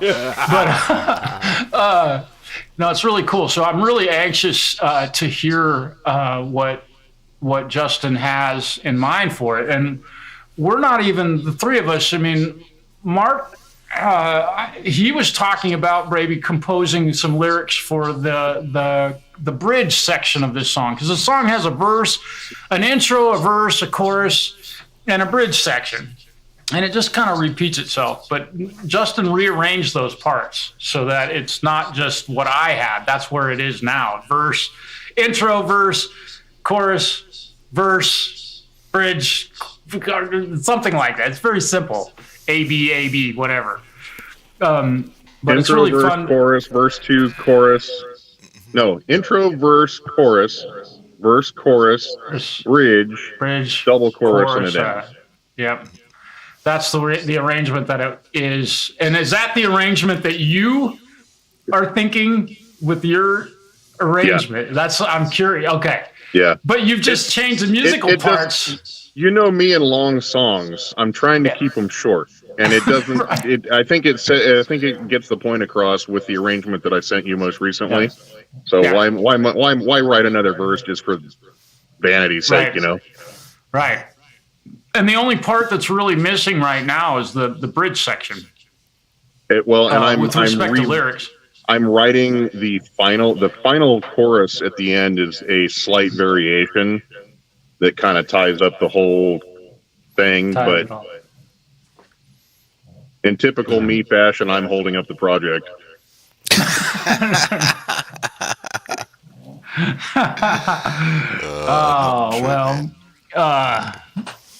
Yeah. Well, and for me, I generally work pretty fast, as you both have seen. And, I like to get shit done. And if somebody's dragging their feet or taking a while, I'm like, but you wrote the lyrics for this. And, so I'm really excited. And now that I've heard the different arrangement of the music, and you shortened the song by 30 seconds. More than that. Yeah. Maybe almost a minute. So I'm really anxious to hear the rhythmic pattern of the lyrics, because you must be rattling the lyrics off much faster than what I did. Because you said, what was it you said? And this is kind of an interesting, because we haven't, we're talking about this shit in front of the whole planet. And no one's heard it. Yeah. Nobody's heard the song, right? But this is kind of what collaborating is about behind the scenes. And many of us have done it, and many of us haven't done it. I don't know how many people have collaborated with people. I don't know if Charlie's ever collaborated with anybody. I don't know if Mitch. I don't see everything, but behind the scenes, this is how the three of us have kind of worked on one piece of music that and like I mentioned to both of you, without getting into the subject matter of the song in detail, right. My question that I would like to pose to anyone that is creative in any artistic way, whatever the medium is as a creative person, where is the line in the sand that you draw between being creative and being acceptive of those in your life, friends and family that are creative? Where is the line between supporting someone's creativity and you being offended to the point that you don't want to associate with that person anymore? Kind of gives everyone a bit of a hint as to how far this. We might push that line a little, but it's like I said to you the other night, was out of that Stone Sours track. The line of "If I offended you, you needed it." Yeah. Yeah. Well, and like I said, for me, it wasn't that wasn't my goal. Mm-hmm. It was more of my reaction to a personal experience. Yeah. It's art, man. It's supposed to create emotions in people. It's Thought and it's why we conversation. do it. Yeah, that's Yeah. it. And Push the line. As long as you're not just totally doing it to make someone upset and all the rest of it, and that is your total intent, then I have no problem with it. And it's not hate speech or No. Nothing like that. Not at all. It's one. It's interesting. It's one thought process about the subject versus the other thought process. For me, it gives enough of an insight into the topic that anyone listening to it might question themselves as to whether or not the song is directed at them specifically, or a large group. And my thing is, no, it's not specifically at any one person. But if it makes you question whether or not you are one of those that contributes to that in mass, then I think that it's important to hear things like that, because it makes us question whether or not we're contributing to a positive element of society or not. Exactly. And Marshall's poking Daniel, Mr. Rock. Mr. Rock. I've shared that I have one of those here, and yours has always fascinated me to see it sitting there. There it is. Mine is missing a piece of the fingerboard, but the fret that's missing. Let me get some better light on this. But the fret that's missing is inside here, and I have a piece of ebony that will fill this piece of ebony that's missing. It's an ebony fingerboard. Literally, it's really an ebony fingerboard. You know the deal. And the bridge is inside of this. And the other interesting fact about this useless fucking piece of shit, because try playing this thing. I dare you. Set it on your lap and play it. It's like, I don't know. That was the influence. That was the catalyst for Ovation guitars. Yeah, this started. This is long before Ovation, right? So the interesting thing about this one, no, it's a Mando, a lute. You can call it a lute, I suppose, but it's a mandolin. This thing has survived, and I shit you not, 3, count them, 1, 2, 3 house fires. That is no joke. Well, it deserves to be put back together and played then. Yeah. So I'll get to fixing this thing after I'm done fixing all the other shit that I got to fix. Everybody else's stuff. I need to spend some weekends working on this thing, but yeah, this is a Mando. So it's great to see you, Mr. Rock. Thanks for dropping in, man. And Hey Many Vibes. Yeah. Good to see you too. Yours has a flat back. Okay. Many Vibes, welcome. Thanks for dropping in. This one, I suppose is called a mandolin. At least that's what I would call it because it's 8 strings. But it is, man. Yeah, I got the proof that the fret and the bridge are in here. I didn't lose any parts, so that's good. 27. 27. Bingo!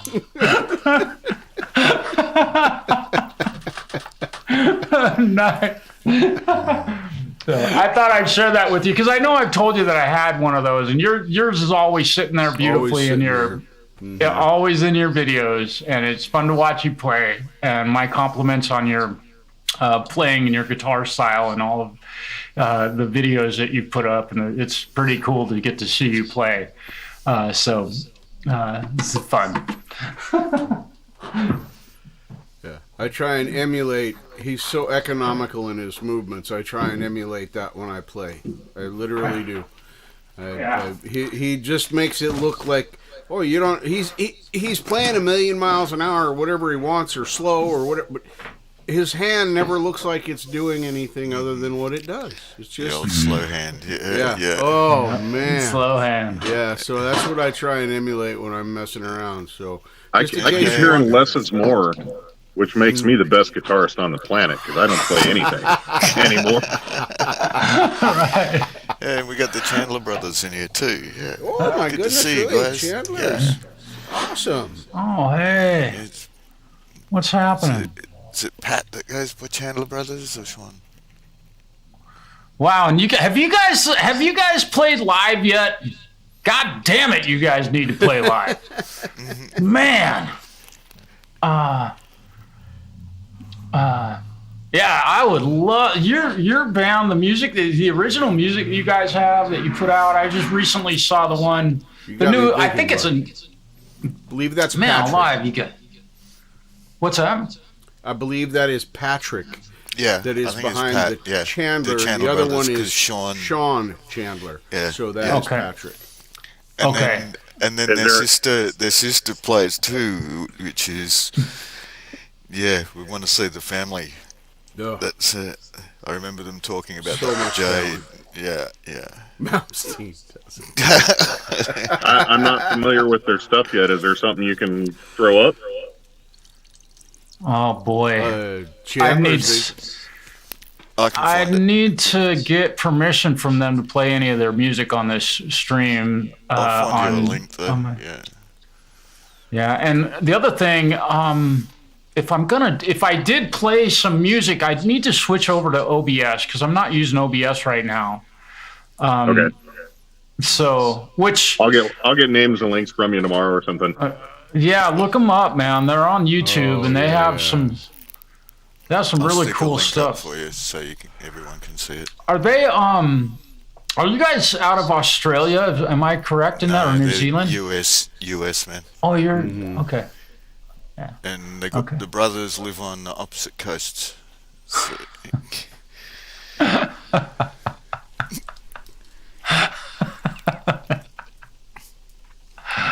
Malmsteen is such a dork. Wow. That explains the ego. Yeah. Yeah. He's Give me a actually second. pretty cool. I've seen some of his Yeah. interviews, and when he actually settles down and Yeah. gets serious, he's a pretty cool dude to watch talk. His recent interview on by Rick Beato was really fascinating, and it's almost it kind of and we won't talk about Malmsteen much, but it's almost like somebody went to him and said, "Okay, dude, you've been a dick for 45 years." And it's time you knock that shit off. And that's kind of what it's almost like what they did with Axl Rose. Somebody went to him and said, dude, you're being an asshole. Stop. You've got to stop doing that. And he listened and he followed their advice. And it's almost interesting how but it was part of all that 80s, 90s freaking rock god stuff. Yeah. You remember that ad with the aluminium Ibanez or whatever it was, where he smashes all the speaker cabinets with the guitar, but he can't break them. Yeah, Yep. yeah. Yep. Give me a second here. I'm going to see if I can switch over to OBS and see if I can make things work. So I'm going to stop my camera real quick. So you guys Go for it, man. carry on. Oh, okay. Carry Give me a on. sec. Carry on. Carry on. Yeah, Ingwe, the scallop frat god. Yeah. But no, I enjoyed Ingwe Malmsteen for about half an hour, and then got really tired of the same classical kind of, yeah. Could always appreciate the skill levels, but just didn't do much for me, I'm afraid.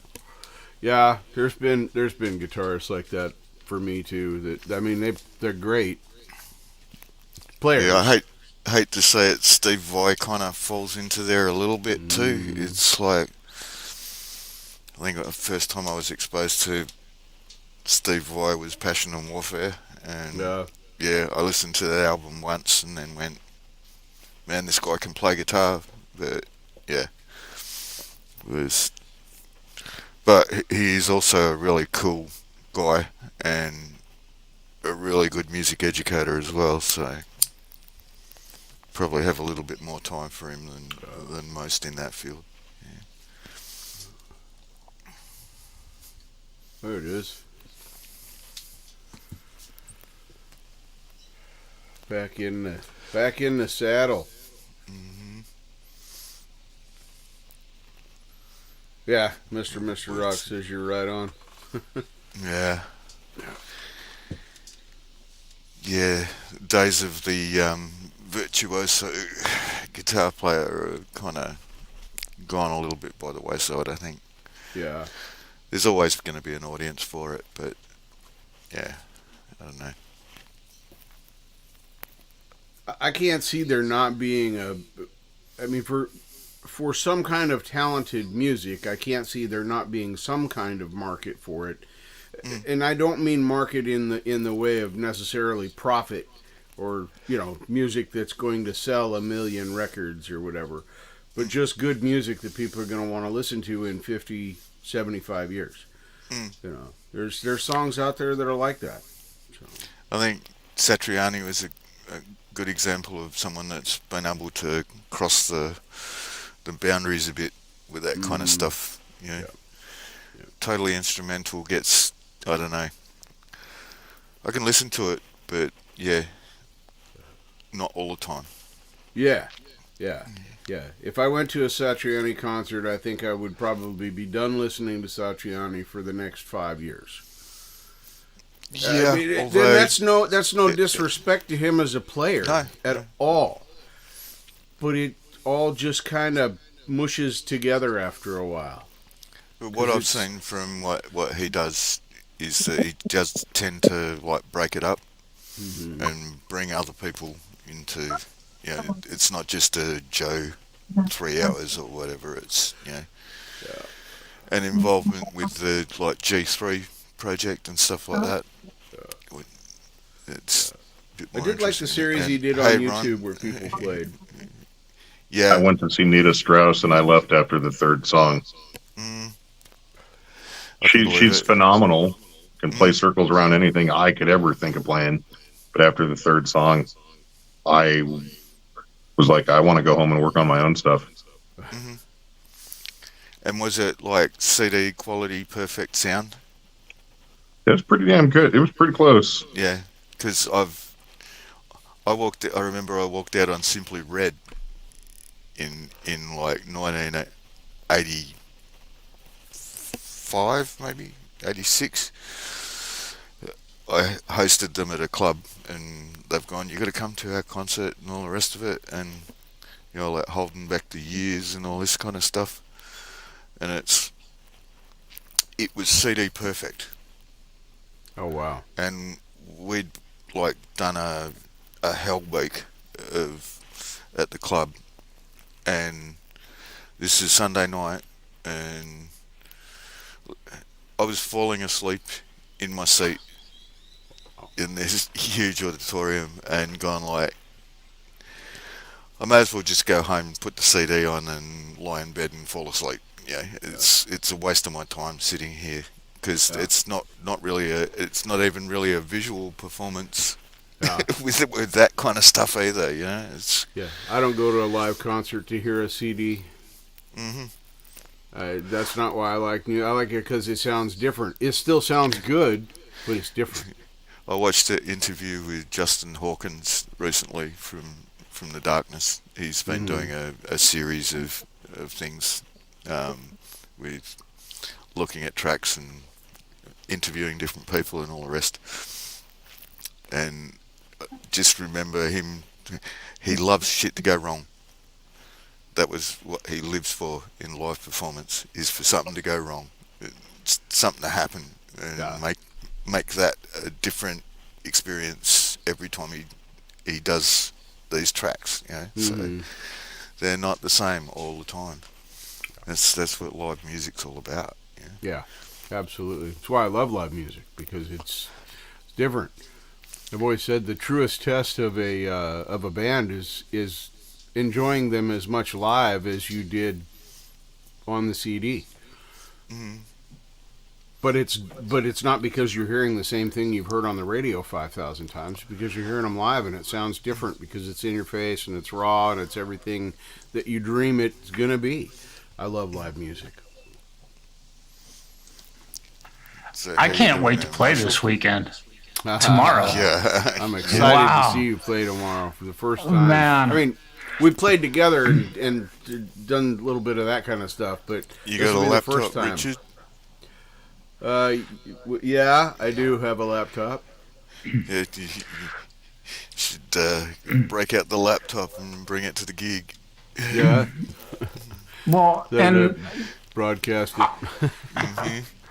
I also have a laptop that I could take, and it's a pretty new highfalutin. That's what I do all my Welcome to the Bench shows with and all that. It does great, but what's interesting is tomorrow night it's a very the club that we're playing. We usually play in the summer months, but right now we can't play outside because I have to be able to move my fingers, where they'd be frozen solid Right. tomorrow night over there.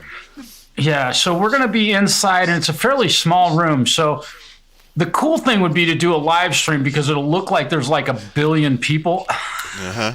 Hello. There she is. Oh. She's sitting over there making faces, doing her TikTok shit, and talking. Nice. I was gonna let me pull up. Let me see if I I can had to do move this. and plug in so I could keep my phone going.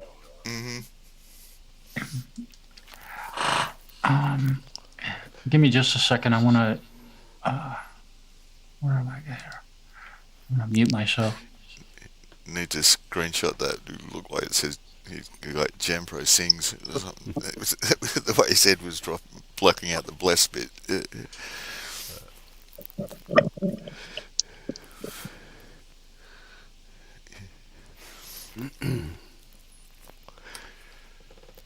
Allie, you need one of these. I'm not playing live, Benny. That's Marshall's band will be playing live, and I'll be there. And yes, we're discussing the possibility of live streaming the gig.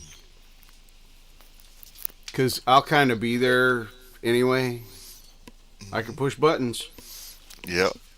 So, and I'll have my iPad with me too. So if it failed on a laptop, I can go live from my I got service on my iPad, so I can just go live right off my iPad.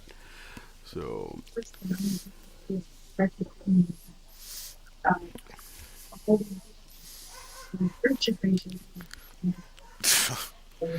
Excuse me while I mute the dog.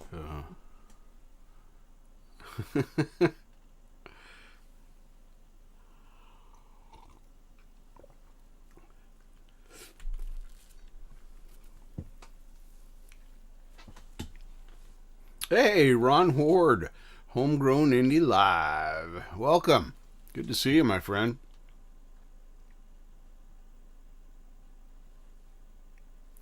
You never know, because it's me pushing buttons. Wow, look at that pretty picture. That's neat stuff. Wow. That guy with I sent Ron a link to our stream tonight, so I don't know if he'll pop in or not, but we'll see what happens. pretty nice. So I pulled up a Chandler Brothers tune, and I'm going to go ahead and play this for y'all. So what I would ask is that everybody go ahead and mute your microphones, and we'll give it a shot here. Let's see if this works. And thank you for giving me permission to play your tune. Here we go.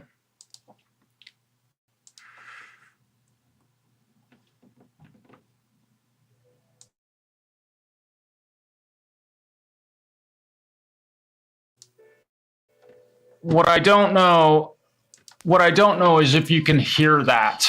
It sounds like you didn't click. There's share no desktop audio. Okay. Yeah, it's going to be too difficult for me to play music videos on the show tonight. But look at these two handsome dudes, man. Good Lord. So I'm gonna go ahead and we'll try that.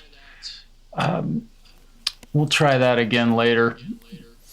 And forgive me for not being able to play your song tonight. I would have loved to have done that, but my sound's not set up properly right now. Wouldn't it be nice if we could just have one program for sound that just worked across all platforms and all streams? You just hit play. I don't know, maybe I'm just dreaming.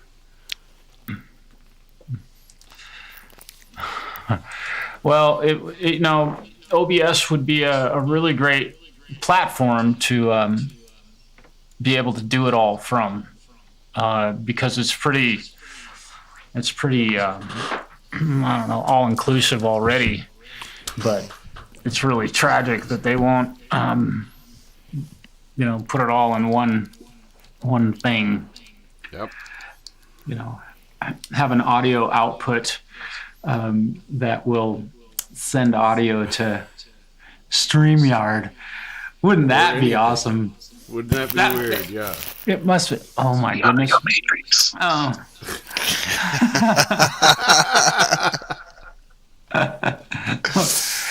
Banana. Oh no. Let's not go there. There's a link in the chat to the Chandler Brothers, so everyone can go check them out there. Thanks, Mark. So we have a guest who's gonna step in here. Y'all want to guess who might be showing up here? Yeah. Now be careful. He might wear a wig. Yeah, huh? Test. Hey, there he is. Hey, what's up, guys? Can you guys hear me? We can hear you fine. Yeah. Sound fine. Okay. All right, that's cool. If I'm too loud, let me know. Hello, everybody. Thanks for sending me the link, Marshall. Yeah, you're welcome. Thanks for joining us.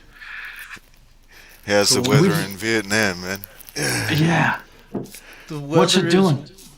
It's warm, and we're coming out of the rainy season. I mean, once you get up to Christmas or so, you're not in the rainy season anymore. You might get an occasional thunderstorm, but I mean, so it's like temperate all day in the 70s, and you get a cool breeze at night during this time of year. So I've been hearing that it's been unseasonably wet up there, though. Maybe in some parts of the country, man. But here in Saigon, because we're situated, between the Mekong River, which is huge, and then the South China Sea, things kind of blow off of Saigon. You never have extreme weather here, very seldom. And then all of that, although, the rainy season may flood the streets in some areas, but those floods and things like that are more up country. I didn't mean to give you a geography lesson, man. Oh, good. So I take it doesn't snow much. It only snows in one place in Vietnam, which is on the northernmost point of Vietnam, called Sapa. Way up in Sapa, near the Chinese border. Yeah, and you know what? I have not been there because I could give a fuck about snow. That's what I'm doing down here in Saigon. I'm from Illinois, man, and it's cold in the winter, man. Fuck that. I mean, I did that shit for 19 years, and then I joined the Air Force, and they said, "You want to go to California?" I said, "Yes, I do." Yes, sir. And I've never been back, man. I'd go back. But I don't want to live in coldness. Yeah. Here in the Northwest, we have very defined seasons. You know, we have, you know, your typical fall, your typical winter, your typical spring, your typical summer, and all of them, you know, right here where I live, it's basically 3 months of each one. It's more like 5 months, 6 months of winter, but it's colder more. But we have definitely defined seasons here, and it's kind of neat to have that. And you get, you know, like right now it's, I don't know, 29 degrees and blowing 50 miles an hour outside. You know, it's pretty nasty. You don't want to go outside in a t-shirt. Ain't no way. You know, I'm wearing a stocking cap and a fucking flannel at home right now, bro. I thought you were just trying to look like a grunge band. Well, I ain't far from Seattle either. I'm just saying. God bless the dog. Will you get the? He don't want to just sit on me. He has to squirm all around. You know. There you go. He wants attention. Hello. My boys. Hello. My boy's up there chilling. Yep, my new Can you addition. see him? Curled up at my Up feet. on his throne. Oh, no kidding. Hello, Fred. There he is. Oh, that's awesome, man. I'll see you tomorrow, Fred. He's like your producer. Yeah. Oh man. Hey, He's you ain't kidding. He's a little Yeah. brother. Yep. He's a good boy though. Yeah, that's cool. Well, so what? We've all talked a lot about like the music that we're working on. You know, we've talked a little bit about, you know, production and stuff and what we're all doing with our studios and things. Just kind of briefly, I wonder if you would care to share anything about. You know, I guess I should be specific in my question, but like, what are you working with regard to your studio setup? And I'm not even sure what DAW you use or what you're recording with. Right. I think I would assume Logic, Yes. or Logic Pro.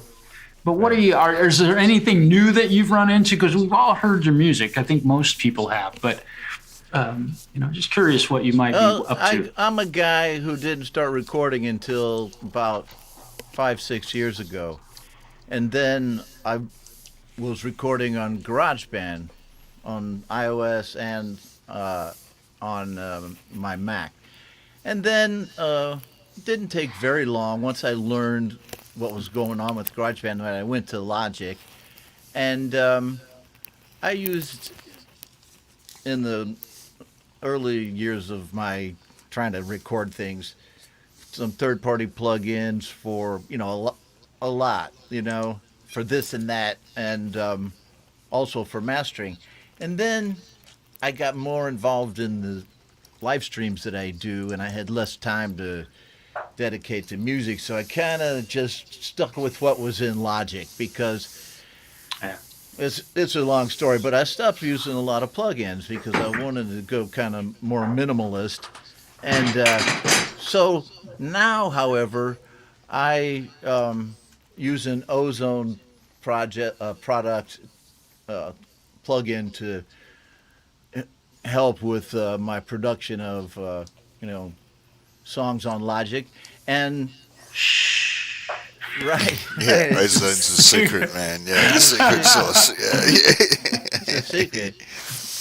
But I mean, I really don't do much that would be considered very fancy production of my stuff. Although I've had, you know, I've done a lot of tracks. I did a lot when I was working with Brian Bigler, producing tracks for Saigon Slick and the Boston Bard, then for the ones I'm doing with Strange Machine. And I did a lot of bad tracks, you know, a lot of bad mixes, a lot of things that bug the shit out of me now when I listen to them. But I think now I've got to a point where, you know, I keep it simple enough. I did like a whole year of EDM music on Logic, which is really easy to do, but I was getting tired of doing guitars. And now I in about October, I started tracking some more guitar songs, and I just released 2 on DistroKid. And all my guitars. I'm not a great guitar player, but I do play, and I can do a million takes. It's endless, right? But so basically, I use Logic, and I use the Logic amp sims, but sometimes I use my own modeling amp. I have a Line 6 amp that I use straight into Logic sometimes if I feel like I'm not getting the tone that I want. And then I might even modify that. So I play around with my tones and stuff like that with the guitar. So you don't use amp sims? Yes, I do. With the Line 6? No, if I use the Line 6, I go straight into a clean channel. I turn everything off. And then maybe I might, if I need a little compression or something but mostly it's because I'm looking for another sound and Sure. And Logic has lots of amp sims, but I'm used to, like, if I'm jamming with this amp and then just like a drum pedal, and I get something that I like, I might just plug straight into Logic and then use a Logic drummer and keep the same guitar. You know what I mean? I got you. So it just depends.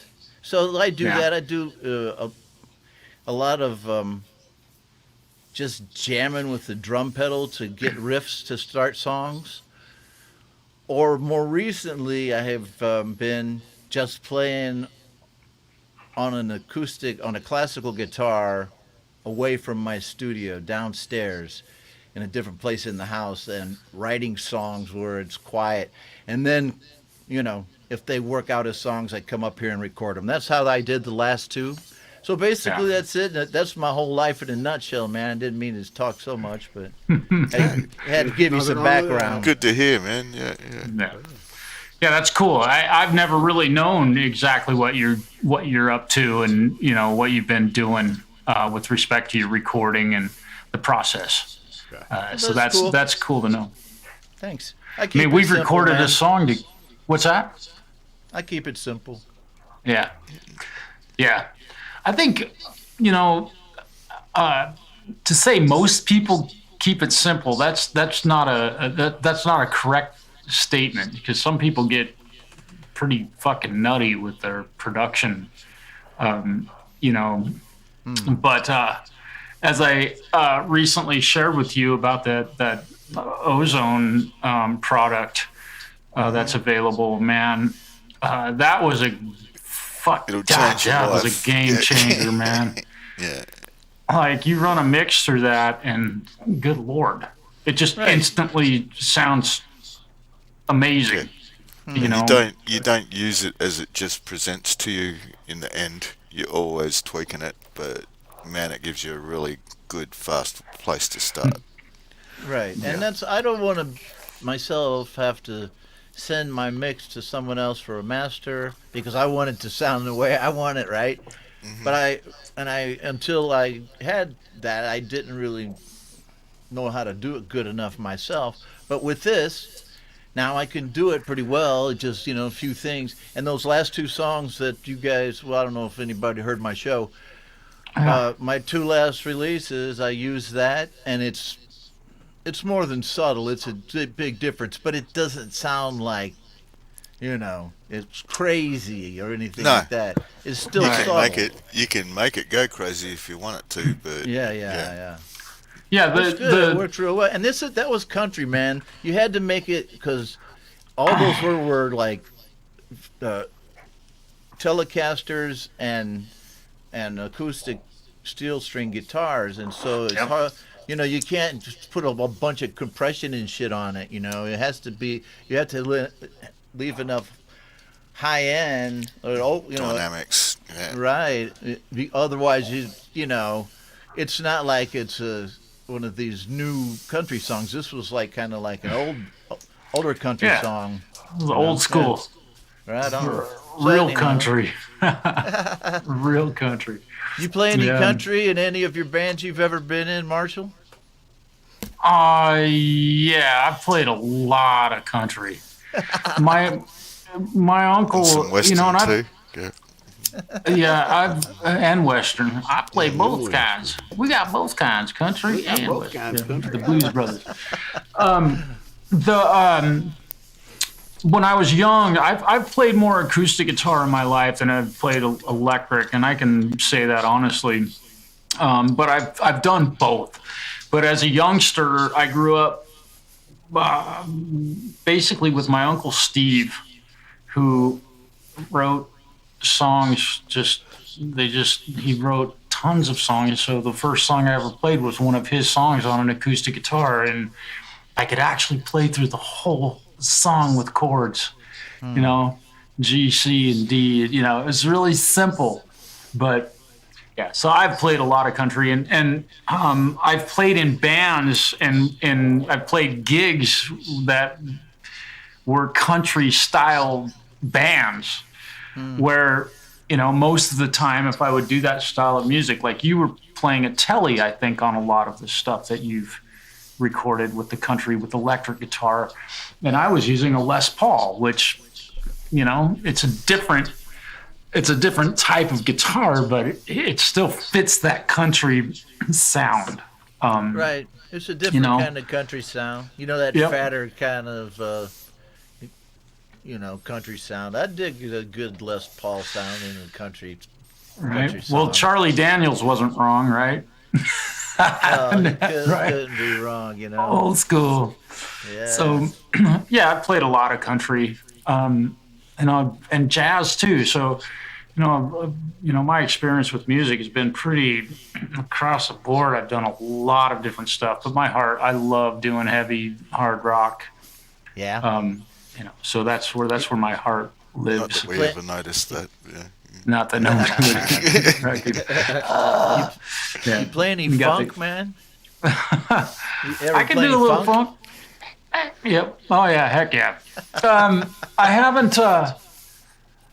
We covered a few funk tunes in a band that I played. I was playing in a cover band in Portland for a couple of years, and we did some funk stuff in that band. But we did. That band was so amazingly diverse. So yes, we did. Like we played some Prince. We played "Kiss" by Prince. And I will assure you that we rehearsed that song more than any other song we ever played. And what's interesting, if you listen to that song, there's actually no bass in it. There's no bass guitar at all in that song. Listen to that song again and just discover that song has zero bass line in it. But you listen to the song and you immediately think, oh, that's got some groove and the funky guitar part. There's no fucking bass in it. I don't know if that's What makes up for the bottom end? the drums and I believe the keyboards do So in is that he tune. Oh wow, that's wild. Listen to it. Noticed that. But Yeah. it works. It obviously works. God, it was a huge song. So we did that one, and that one, man, I was, our lead vocalist didn't even play guitar on it. He just sang the tune. The guy was so amazing. I would love to see him again. He was remarkable. But we did that, and we did some, like some Michael Jackson stuff that I don't know if you'd really call that funk. That's more That's R&B like stuff. soul, yeah, right. Yeah. R&B, yeah. But we did, the funkier stuff of his, the upbeat, Billie Jean. Right. That's kind of got a little bit of funk edge to it with that guitar solo. So, but I like doing, little funk licks and even my heavy metal type stuff. Yeah. I think it's really fun to do that sort of stuff and kind of change it up a little fits bit. in, man. It fits in a lot. Like, remember when that band Wild Cherry did that song, Play That Funky Music, White Boy? Those guys, and those guys were stealing directly from some of the other bands, you know, the Wild Child. Wow. right, man, that were originating funk, but it was so great it got funk into the, you know, the mainstream in a way. But after that, there's just so many great funk bands, and they're so tight, man. I thought you were going to say Good. I Buck Cherry love there for a funk, second. man. It makes me happy. Yeah. Yeah, it's fun to go to a club when they're playing funk and just get a move. You know, you can't help it. those were the fun days, man. Yeah, funk. Yeah, that's cool. I was just wondering if you ever played any. Yeah. I would say I haven't really ever like focused on funk style playing.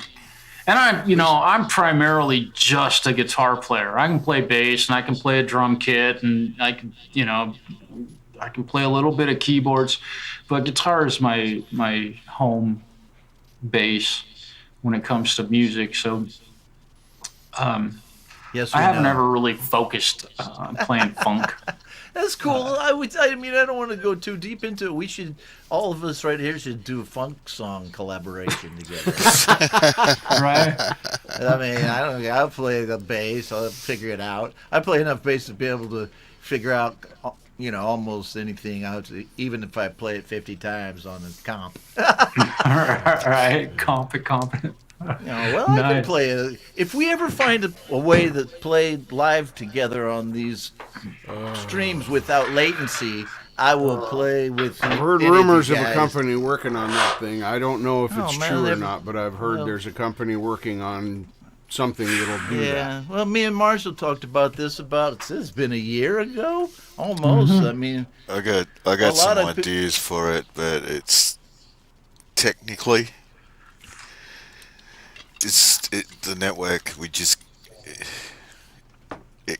You'd have to have Kinda- a beam of light between two Yeah. houses. Yeah. Literally, that's Yeah, it's The just moment man. there is more than one network involved at all, it becomes impossible. Yep. yeah. So let's see if Mark Tanner unravels this and he figures out how to do it, and like we all do it. right. And we can, and he can Come be on, like, Mark. you know, the owner of Apple, and we'll be like his gang. His gang, yeah, his henchmen. We'll get big chains and shit, you know. Man. I'm just joking, but no, it's somebody has to do it at some point. Really, it is a terrible problem, but I think But it is at the moment. It's technology, man. It really is. Yeah. It's the only thing that is killing it. Is the network. You know, Marshall to Richard, we could get real close right now, and even Marshall to Justin. Yeah. But if you got to come to me or you, Ron, it's Yeah. kind of we're beholden to networks that have to bounce around all over the place to get where they got to go to. Electricity only travels so quickly. Yeah, I mean, The speed of sound. I was like thinking of some stuff that was like if you were doing something just as a two-piece where, say, Marshall was playing an acoustic guitar and I was doing a vocal on it, that if Marshall sent me or fed me his audio that I was picking up and then taking that audio and singing over the top of it, and then I was then streaming that audio out, then we could get that synced up. But Marshall would not be able to listen to me I couldn't listen to your singing on vocals. it. We would have to rely on Marshall just playing the track through as he knew the track, and I would perform over the top of it as if it was like a backing track basically, and be Yep. able to stream that out. But it's introduce a third player in there, and all of a sudden that starts to fall to pieces. It's there's a lot of challenges, and it really, it's network and it's timing. You can do it. You can do it on a broadcast scale when you're talking like we've got millions of dollars and we've got a TV network with satellites and all the rest of it, and we've got our own. Okay, well, I guess, is that true? Is that a true statement? Those guys can do it with that kind of high-tech fucking Yeah, they video? can, but they're also working with equipment If that you're will feeding say high I bandwidth- can program the delay into whatever and fix So they stuff. got big tech. If you're sending actual analog satellite signals with audio and video, it can happen and be manageable. The minute network packets are involved, it falls that's apart. where because there's all the error correction that goes into it and everything. It just I think somebody should call Elon and tell him he's, before. I mean, fuck going to Hey, look. Mars, man. We need this goddamn latency thing unfucked so me and Marshall can jam, baby. I worked on network projects where we developed systems to actually create lossless audio and video for the Mars mission, the very first of them, so that NASA could communicate with those rovers and not get any glitches or anything like that. So we didn't see like glitches and think there's little green men running around there and stuff like that. So, and I know the kind of complexity that is involved in that stuff. There are really great systems out there that get very, very close, but it's all private network kind of stuff. You can't be relying on international communications networks to be able to do it. It's It obviously doesn't work now, man. I'm just waiting for something Yeah. to pop before before I pass away. We got to launch a satellite. 62 years old, man. I mean, I ain't got that much time left. Right. Fart. Yep. So these guys need to get a move on, is what I'm saying. Pick it up.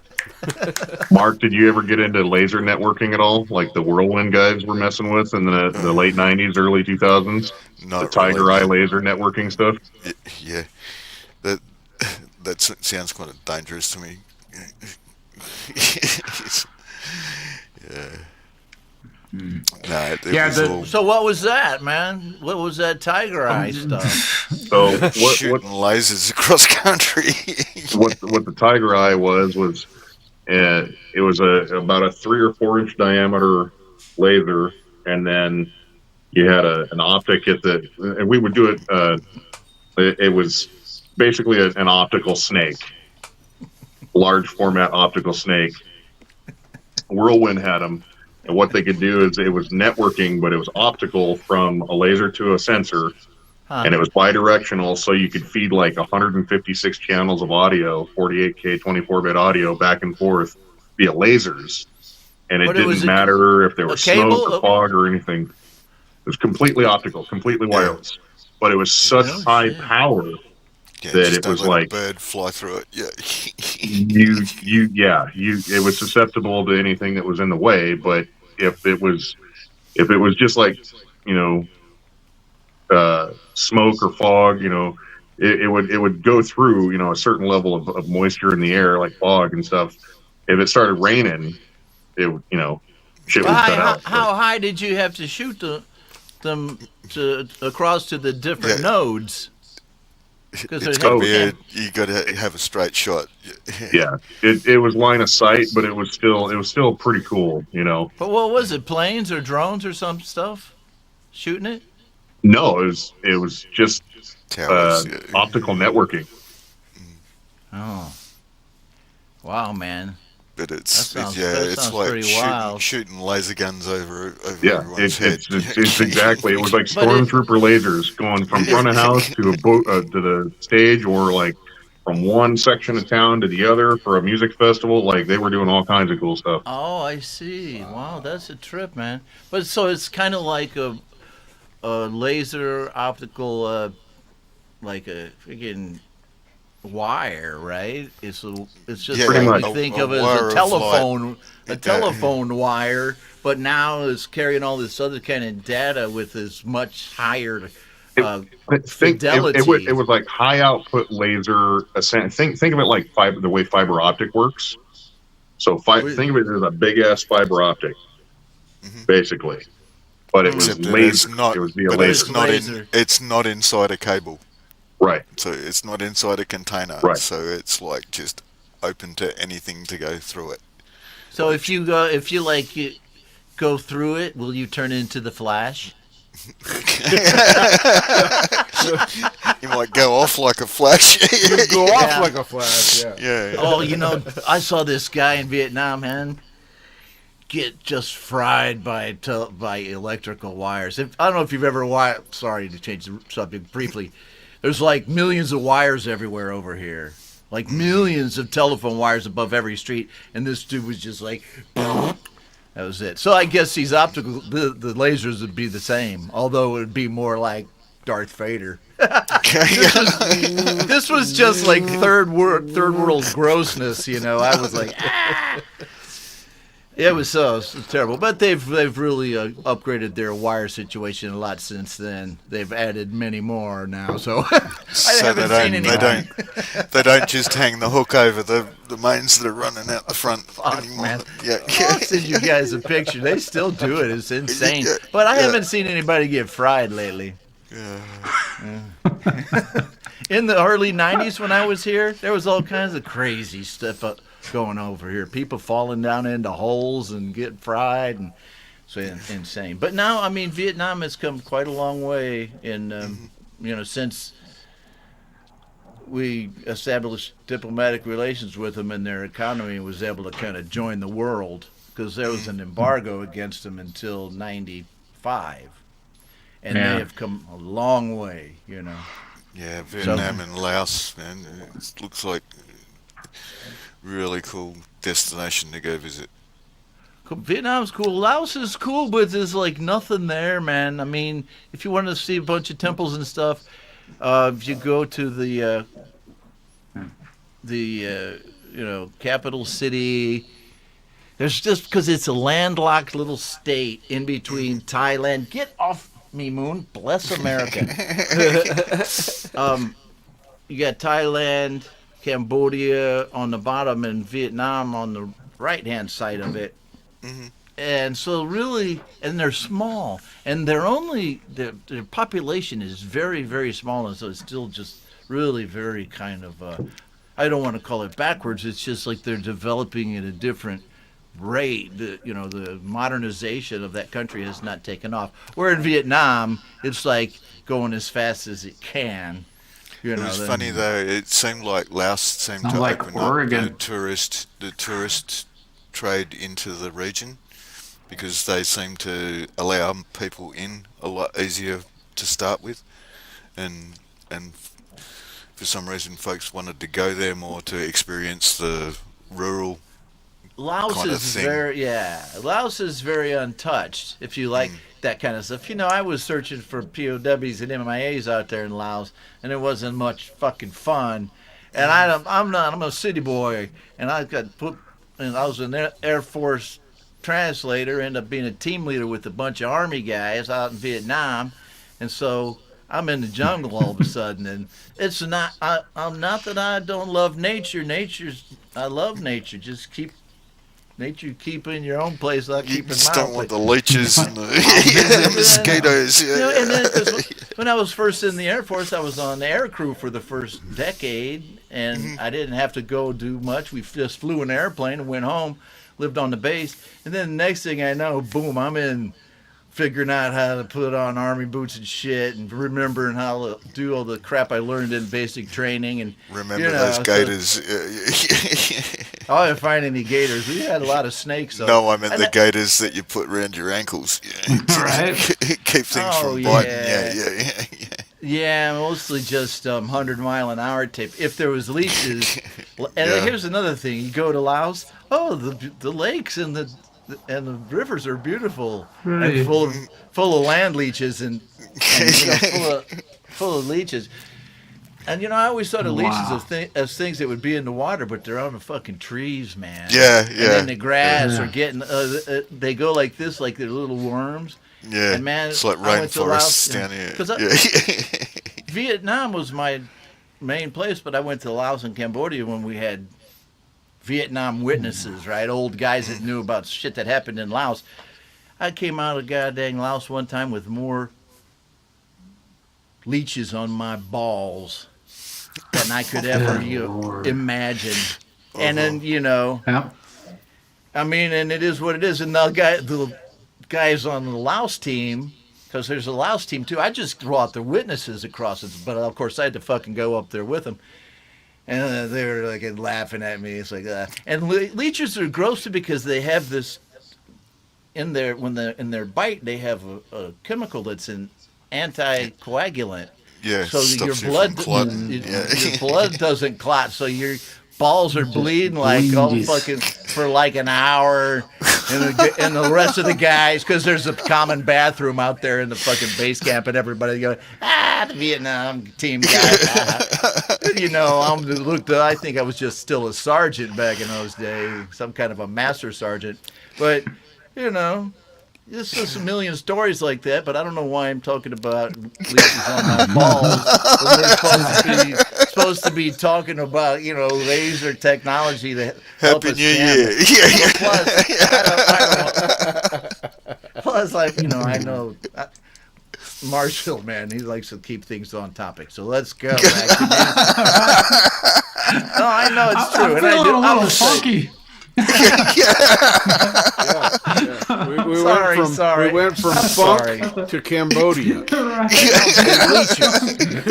I'm sorry. Because It was just a short trip. that's the danger that you run. Oh, I love you, Ron. Oh, man. You make me feel good about myself because you forget more stuff than I do in your shows. Respect. Well, week for me, in be- it's this, but The week in between Christmas and New Year's, don't ask me. Although I Yeah, will what do day is my- it? I will do my shows. Yeah. That was a fun show this afternoon, by the way. It was this afternoon. I literally get off work, and you're about a half hour from the end of the show. That's been my routine on. So I can't be That's there great. while you're. Yeah, and it's I step in and You'd be there at the end. I get to catch the highlight of the whole the ultimate song. the ultimate ultimate song. song. Yeah. Good lord. Penultimate. Yeah. The penultimate song. Yeah. It's really the fun. ultimate song. There it is. there it is. There it is. Yep. Anyway, well, I'm so glad to have you as a mod, and Mark as both mods, because, and people are saying, well, why do you need so many mods? And I don't have that many.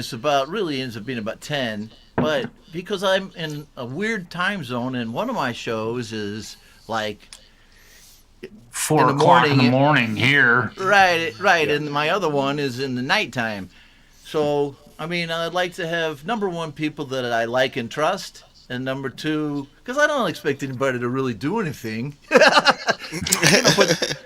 But you guys do. You guys know what to do, and then I like people who are kind of in different time zones too, because you Aussies really like helpful. Jade and Mark, and who else is over there?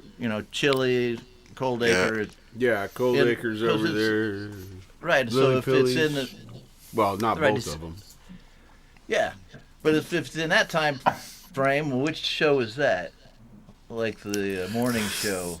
Anyhow, all I'm saying is, then I got some mods in the States now, like Laurie. I got Laurie as a mod now because she lights up the place and she's fun and all that. And my main thing about that show is I want it to look good and sound good, but I want it to be fun.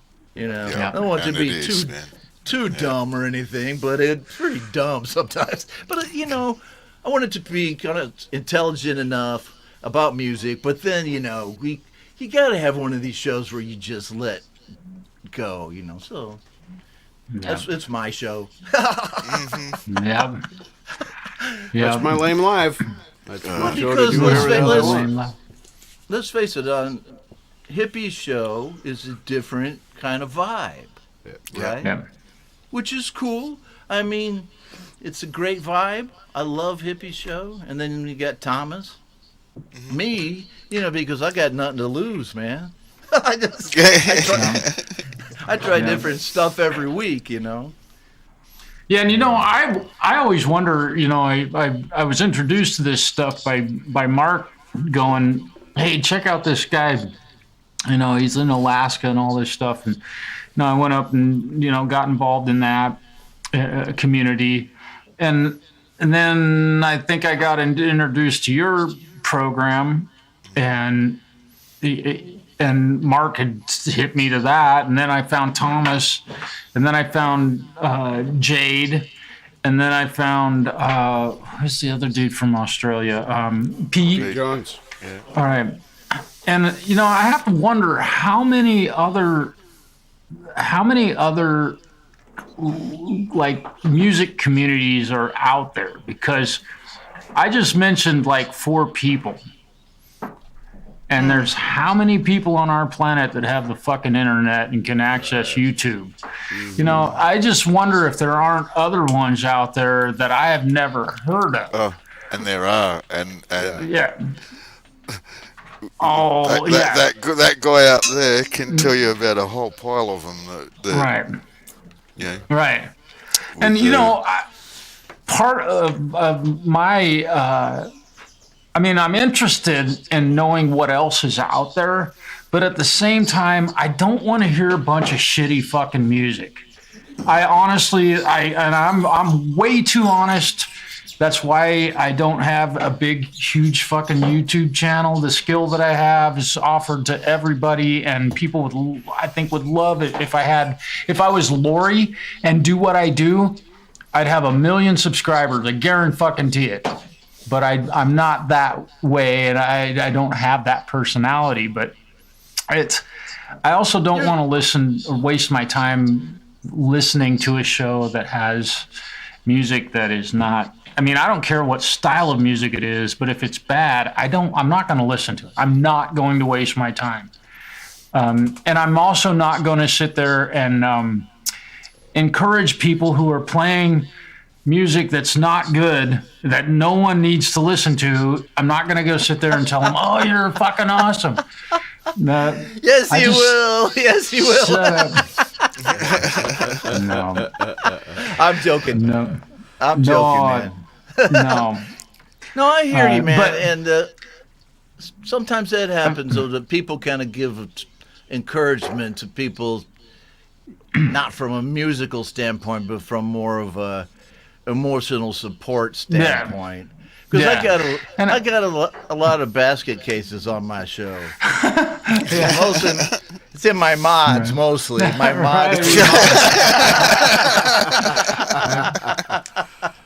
Right. No, And I got to be gentle, and these guys, a lot of them aren't pros, but it's decent music, it's fun. Yes. But I would like to know what other groups, little kind of pockets of music are out there too, because a lot of people feel very comfortable in that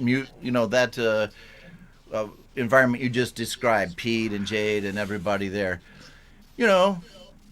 But and that's great. And I feel comfortable there too. But I also, found one time Real Talk Radio. I was over there hanging out with those guys. I'm still an administrator over there. It's different kind of music, and I think it's also limited to what kind of social media you're on. You want to look at, are you on Instagram? Yeah. Are you on TikTok? I think we're kind of YouTube people. Mm-hmm. So, I bet you there's, even on YouTube, it's got to be other people out there. Right. Of course, with shows and stuff. Of course, their shows aren't as cool as ours. Right. Well, the one that I really enjoy, not only because it's primarily focused in metal, because it's not focused in metal, is what Glenn Fricker is doing. Now, he has a very big channel, but to be able to go to his, and he's offering critical advice.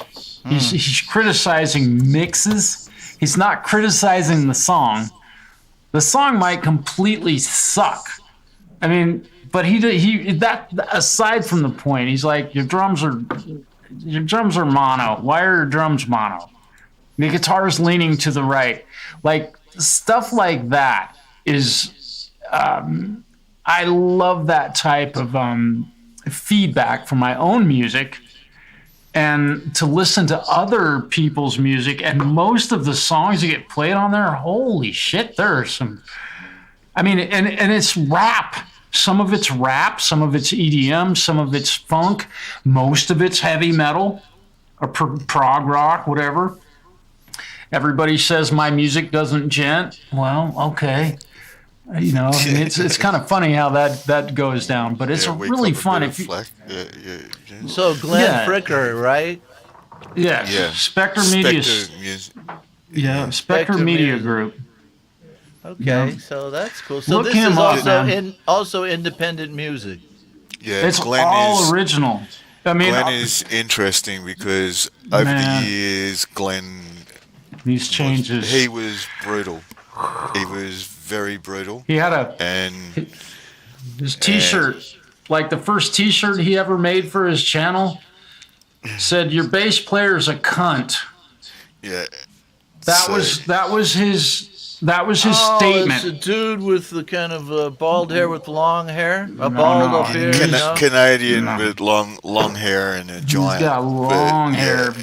He's got awesome hair, and he's older than I am, and he's got hair down to his ass. Well, man, he I fucking know. looks great. But he's an interesting. He's an interesting character because he went from being like the Antichrist, basically, with a lot of the way that he reacted to stuff, and people were just scared all the time to put stuff to him because he would tear you a new one all the time.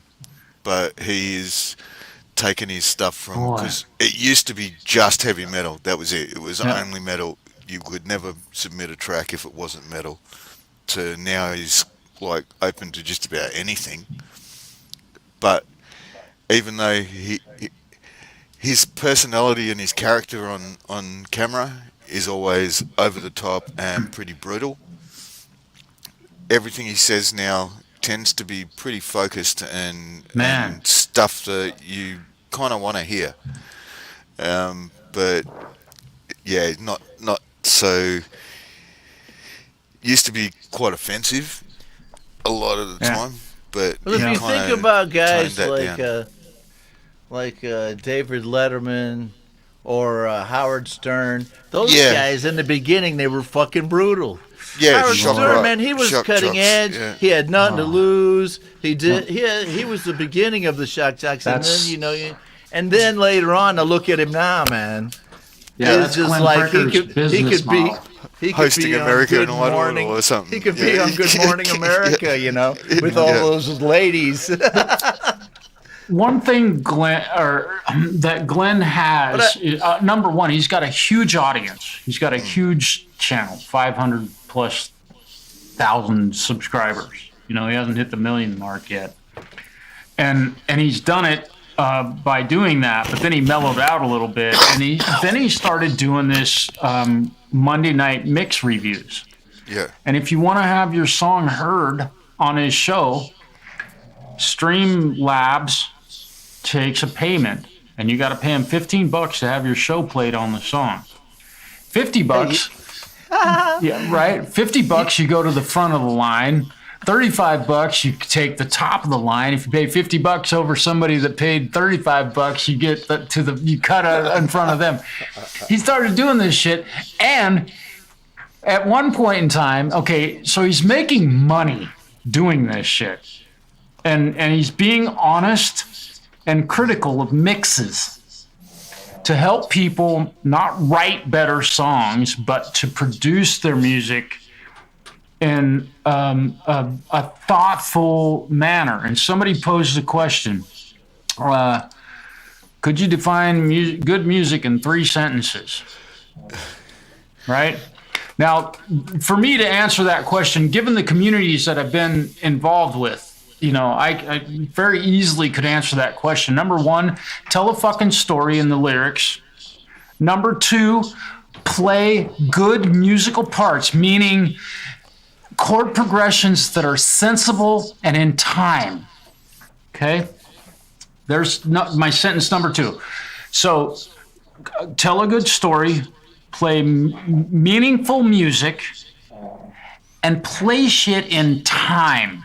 Okay, there's three sentences that define good music. I don't care if you're playing jazz or funk or rock or metal or anything like that. If you tell a fucking good story and you play a musical piece that people can understand, there's another. Because I see stuff that's just so cacophony that it's like, why am I fucking listening? I'm not going to listen. So anyway.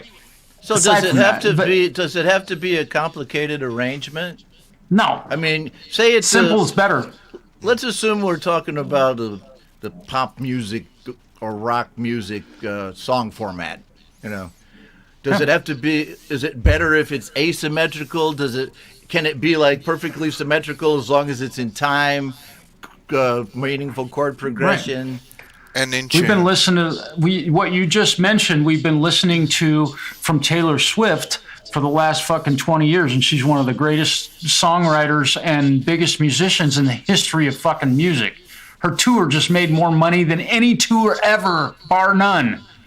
Yeah. So, I mean, she's A, B minor, G, D, A, B minor, G, the entire fucking song, and guarantee it, that chord progression that I just quoted is exactly some of her songs and the exact chords she played in some of her songs that were fucking hits. It doesn't matter if it's... A lot of people, many, Crosby, Stills, Nash and Young, I mean, and on Bob through Dylan. the years. Right. So, but Taylor Swift, she's good looking. Now but in If I looked this like Taylor Swift, I'd have that many subscribers too. I'm just saying. Well, man, I don't know, man. Personality, right? Pause that thought, Ron. It all depends on if you shaved or not. No, but I mean, I don't want to take anything away from her. I say that like, her good looks in this case sells talent and songwriting ability. Her songs are great, and she actually writes her songs. I bet she has some help, but I mean, as did the Beatles. Everybody thinks, well, the Beatles, and they were great, but look at George Martin was back there. Yes, I'm freaking musical director for the studio, Watch the documentary and the guy's writing everything. Yeah. Oh, man. And, well... Anyhow, so Taylor Swift, I agree, man. People like to criticize her or whatever, but it's as from a completely musical. I mean, if you're into classical music, well, I can't talk about it, But I mean, as a pop artist, right in there with Michael Jackson. Really, as far as popularity and the number of songs and her. Let's face it, she also can perform. I can't dance like that. I almost can if I drink enough tequila. Right. But usually... Is that what they call that? No, but she put in her hours dancing. She didn't just learn how to do that. She's put in her hours. She works hard. I take nothing away from her at all, man. Yeah. I've been. I was in a band. The bass player in one of my bands wrote the music for a soap opera, a very, very, very famous soap opera. Which one? Called The Guiding Light. Oh, fuck yeah. He composed the entire music for that soap opera. And they played it for years, and he got checks every fucking month. Every time that show got played, he got a little bit of money, whatever it was. And he asked me one time, he's like, "Do you like the Beatles?" And I was like, I'm not really a fan. I don't listen to their music like when I'm at home. And man, you would have thought that I had said that, you know, I'm not even going to say anything else. I don't even want to go there. And he just, you know, like he was so upset that I didn't, literally upset that I'm not a big Beatles fan, and I'm not. I'm not That's a Bob fine, man. Dylan fan either. There's two of the greatest songwriting artists of all time. If Right, the you don't Beatles have to weren't the like 'em. greatest, so Right. I mean, here's I don't the have deal, to man. like. You don't have to What's like that? them in order to acknowledge Absolutely. what they did Yeah. within the musical culture. Man, I don't sit totally. around listening to the Beatles all the time anymore. I did when I was a young kid because, you know, Right. that's when you were kind of going through all that stuff. I was listening to fucking Beethoven at the same time, but now I don't listen to Beethoven anymore, you know? Yeah. Right. Like Paganini or whatever, you know, but Yep. no, I mean, but I do, and Bob, I still play some Bob Dylan songs. I like Bob, Yeah. but I mean, no, but I hear what you mean. I don't like, for instance, everybody goes really off of Crosby, Stills, Nash and Young. I'm like, people love them. I'm like, no, they're like, what the hell, Ron? How Yeah, can you be, yeah, how can you be rocking Ron? yeah, I'm yeah. rocking Ron. Rockin' Ron. I don't like Crosby, Stills, Nash and Young. I mean, you know, they were, to me, man, they didn't rock hard enough. I love their harmonies and all that, and I acknowledge Man. that they were a huge, Good Lord. you know, kind of influence on that kind of harmonious music. Yeah. But I like the Grateful Dead better myself, even though they weren't as like I could name you 10 harmonious, but they were bands they like rocked. that where I get the same kind of reaction. Where I'll go like, sorry, but they leave me a bit cold. I totally respect their music, respect what they did for the landscape at the time and all the rest of it, but it doesn't mean that it's what I'm into. You know, it's Yeah. we Hey, all where'd got everybody different go, tastes. man? Yeah, Yeah. Well, and you know, one of my current favorite guitar players, who I'm going to get to see very soon. I'm very excited about getting to see Guthrie Govan. He said there's two kinds of music in this world: good music and bad music. I mean, coming from a guy like that, What kind of what is he? What genre is he? I'm not familiar with him. he's progressive rock. He plays for a band called the Aristocrats. And I mean, if you hear the guy play, he'll either inspire you to play more or he'll make you want to quit. So He's so fucking fluid on the guitar. He doesn't ever sing anything. I've never heard him sing anything other than squeezing a turkey on stage to make squeaks. yeah. Like they literally use like squeezy animals, like a chicken that goes and a hippopotamus that does this shit, and they do it in time. That's the thing. These guys, Brian Beller, Guthrie Govan, and Marco Miniman in the Aristocrats. And if you haven't heard of those guys, holy shit, man!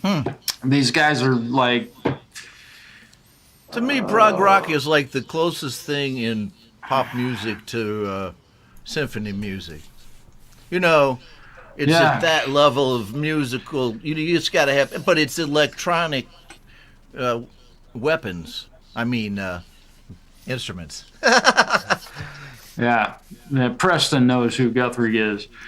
Yeah, and you know, it'd be fun. You know, I mean, he's a guy that you know, but having listened to him, if you see this guy play guitar and the way he handles himself on a fretboard and the shit that this guy can do, again, he'll either inspire you to play or make you want to quit. Now, I'm like, I say that as a kind of a derogatory statement more so than being fact at all. But man alive, the guy, holy smokes! I mean, there's Steve Vai and there's Joe Satriani and Paul Gilbert and all the other greats, even Randy Rhoads. And this guy probably could play faster than all of them. What's his name? Guthrie Guthrie Govan. Govan. Guthrie Govan. Govan. Yep. And if you want to interview him, you have to buy him a carton of Camel cigarettes. And if you ever get an interview with him, good price up there in Vietnam, man. Yeah. There you go. Yep. Be careful. Can you guys hear that or no? You want to? Yeah, we had it. Yeah. Yeah, that's fine. I don't care about any copyright claims. If he hears me play it, I'm going to meet Brian Beller. Brian Beller and I we've sent emails back and forth. His bass player, and man, holy shit, this guy. Yeah, watch this. Was that too loud when I played it? No, lay it down. Let's hear it. You want me to lay it down? Okay, here we go. Let's see if I can. Play.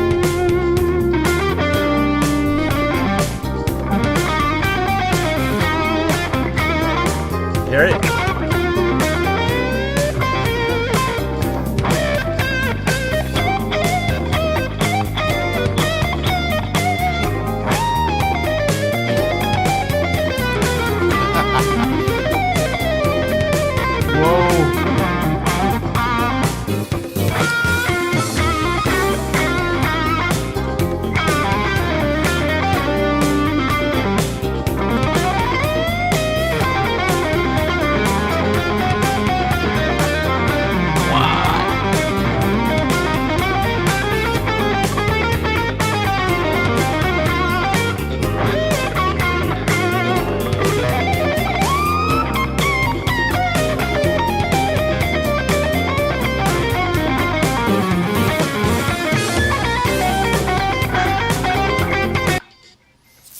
Practice your pentatonics, guys. There you go. Oh, sorry, man. Yep.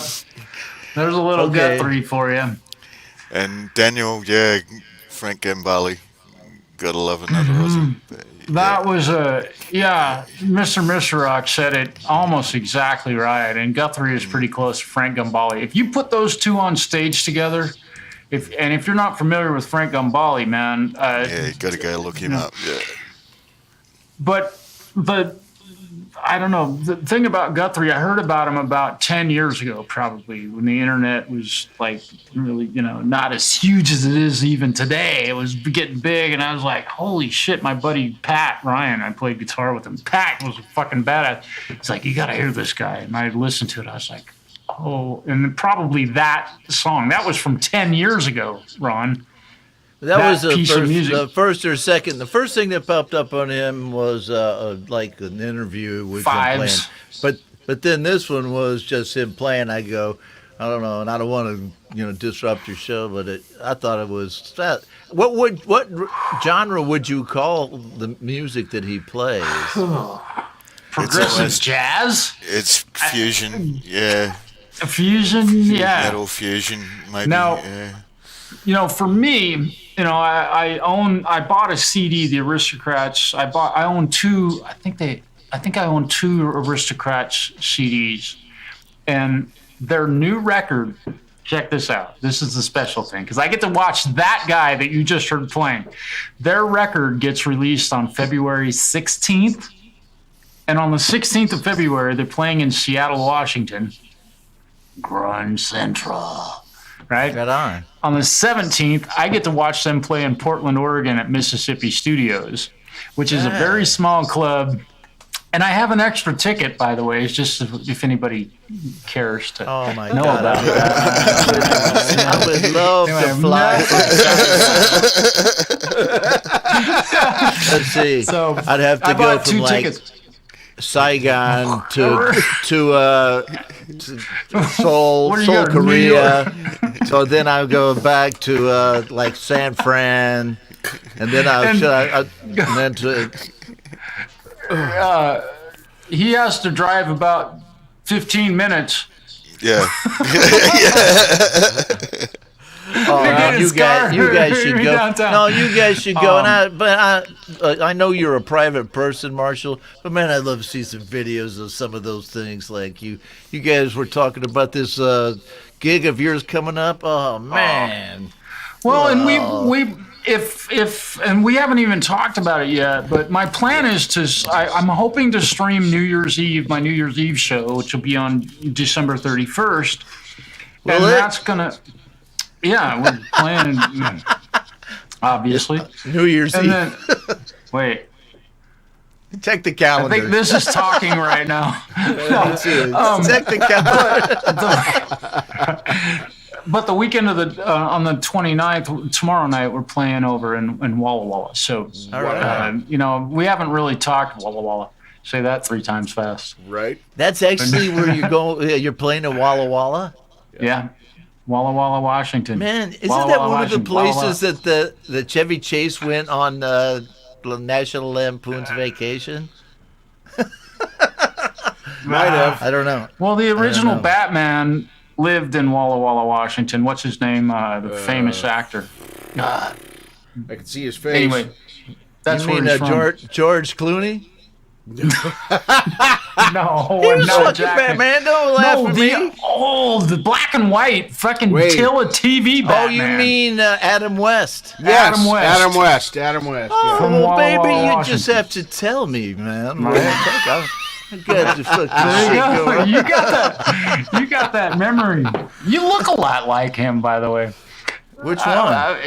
Adam West. Oh, Oh, you do. well, Me? I think so. I think Mark Tanner looks like Adam West. Right. Anyway, yeah. Batman. And, Look, man, And Walla don't Walla even is- ask. No, because he was from Walla Walla, and that's where he's playing tomorrow night. Okay. well, and the other thing about Walla Walla, this little town, is that they have a record store there called Hot Poop Records. It's an actual record store that still sells records. Yeah, Like that's cool. used records, and they have CDs, and they sell tapes, and they sell guitars. Man. Yeah, it's a big, great. fucking huge music store. Is this and they like sell- privately owned, or is it like some huge Oh, yeah. corporation? Yep, I talk to the owner all the time on the phone. We have a great relationship with that guy. He's so It's not like cool. owned by the man. The man, and he's a hippie. Dude's got hair down to the middle of his back. Probably. And he's just a super cool guy. But it's like the oldest good. record store in So can Washington. you get old and new vinyl? Because I know there's a new vinyl movement, which I haven't done it yet. I have to get myself a turntable. But the old, do they sell like recycled records and stuff? Old records? Yes, absolutely. Vanzini, you were born in Walla Walla? No shit. No.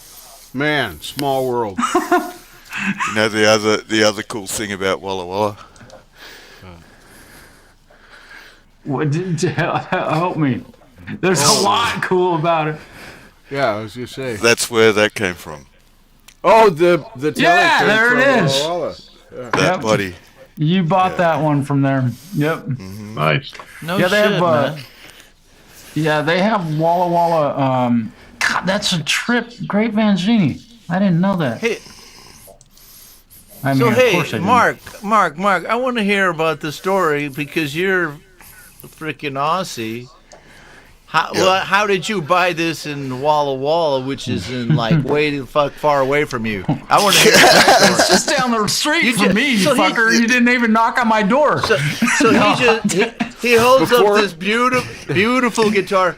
Oh yeah, I just bought this in Walla Walla. The thing that we just been talking about for the last 15 minutes. It's like, well, what the fuck? You're gonna say what it's about? Help us There's- out. I'm going to get out of here and finish packing there's my a- bag so I can see you tomorrow. Mark, I'll be listening to your story in the audience. No worries, man. All right. Okay, Peace, Vanzini, There's- see you, brother.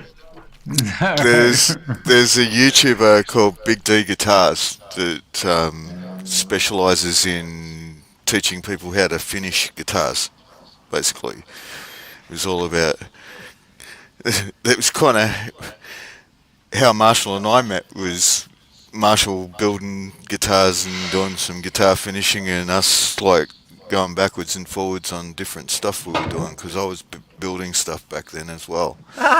Fred. And then yeah, this guy No Derek, respect. this guy Derek had these guitar bodies sent to him from Walla Walla Guitars, and has gone like, I'm never going to get to this one. It's paisley etched, laser etched, and all the rest of it. I just want to get rid of it. And I pinged him and gone like, dude, I'll send you the money and just post it to me. And he gave me a really, really nice deal on it and sent it to me. And then at the same time, I was also following a company called Texas Toast Guitars, which are out of Colorado. And so with the work that I was doing, I was visiting Colorado kind of once a year as well. So just happened that I pinged the guys, Matt and Chris at Texas Toast Guitars, and gone, hey, build me a reversed headstock telly neck and I'll come and pick it up. To which they've gone like, huh? I've gone like, yeah, I'm going to be in town, so I'll come and pick it up from you guys. So I got to go and pick it up from them. And then coming back out of the US. Why am I all of a sudden getting? Hang on. Just bear with me a second. No, Justin just did something. Yeah. But yeah, coming back out of the US, I've gone and hit like Guitar Center in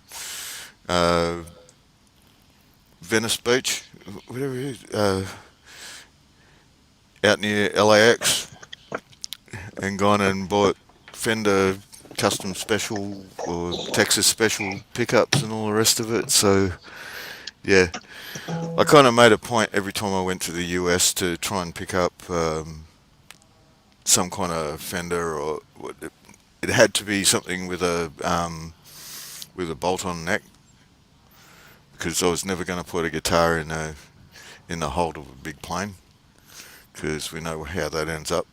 It was always something that I could just unbolt the neck, stick it in my backpack, and carry it in my overhead. And yeah,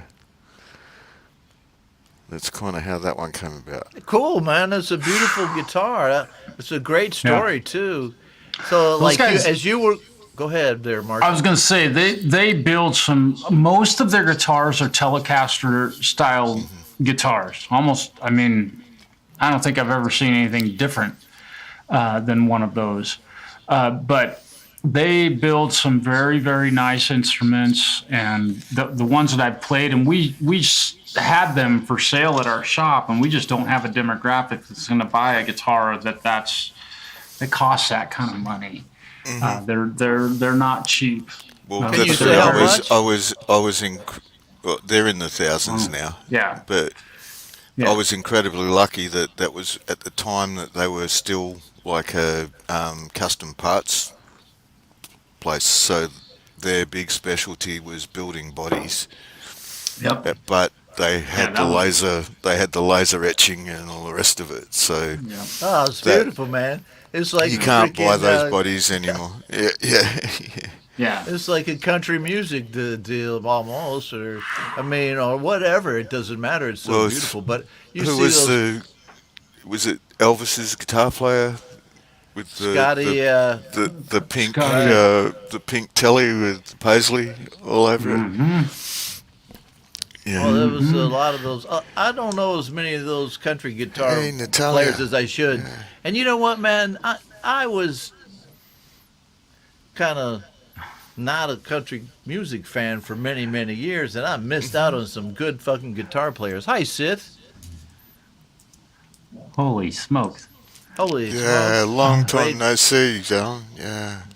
Great Vanzini plus Sith Vasquez too. And you know what, guys? I think I'm out.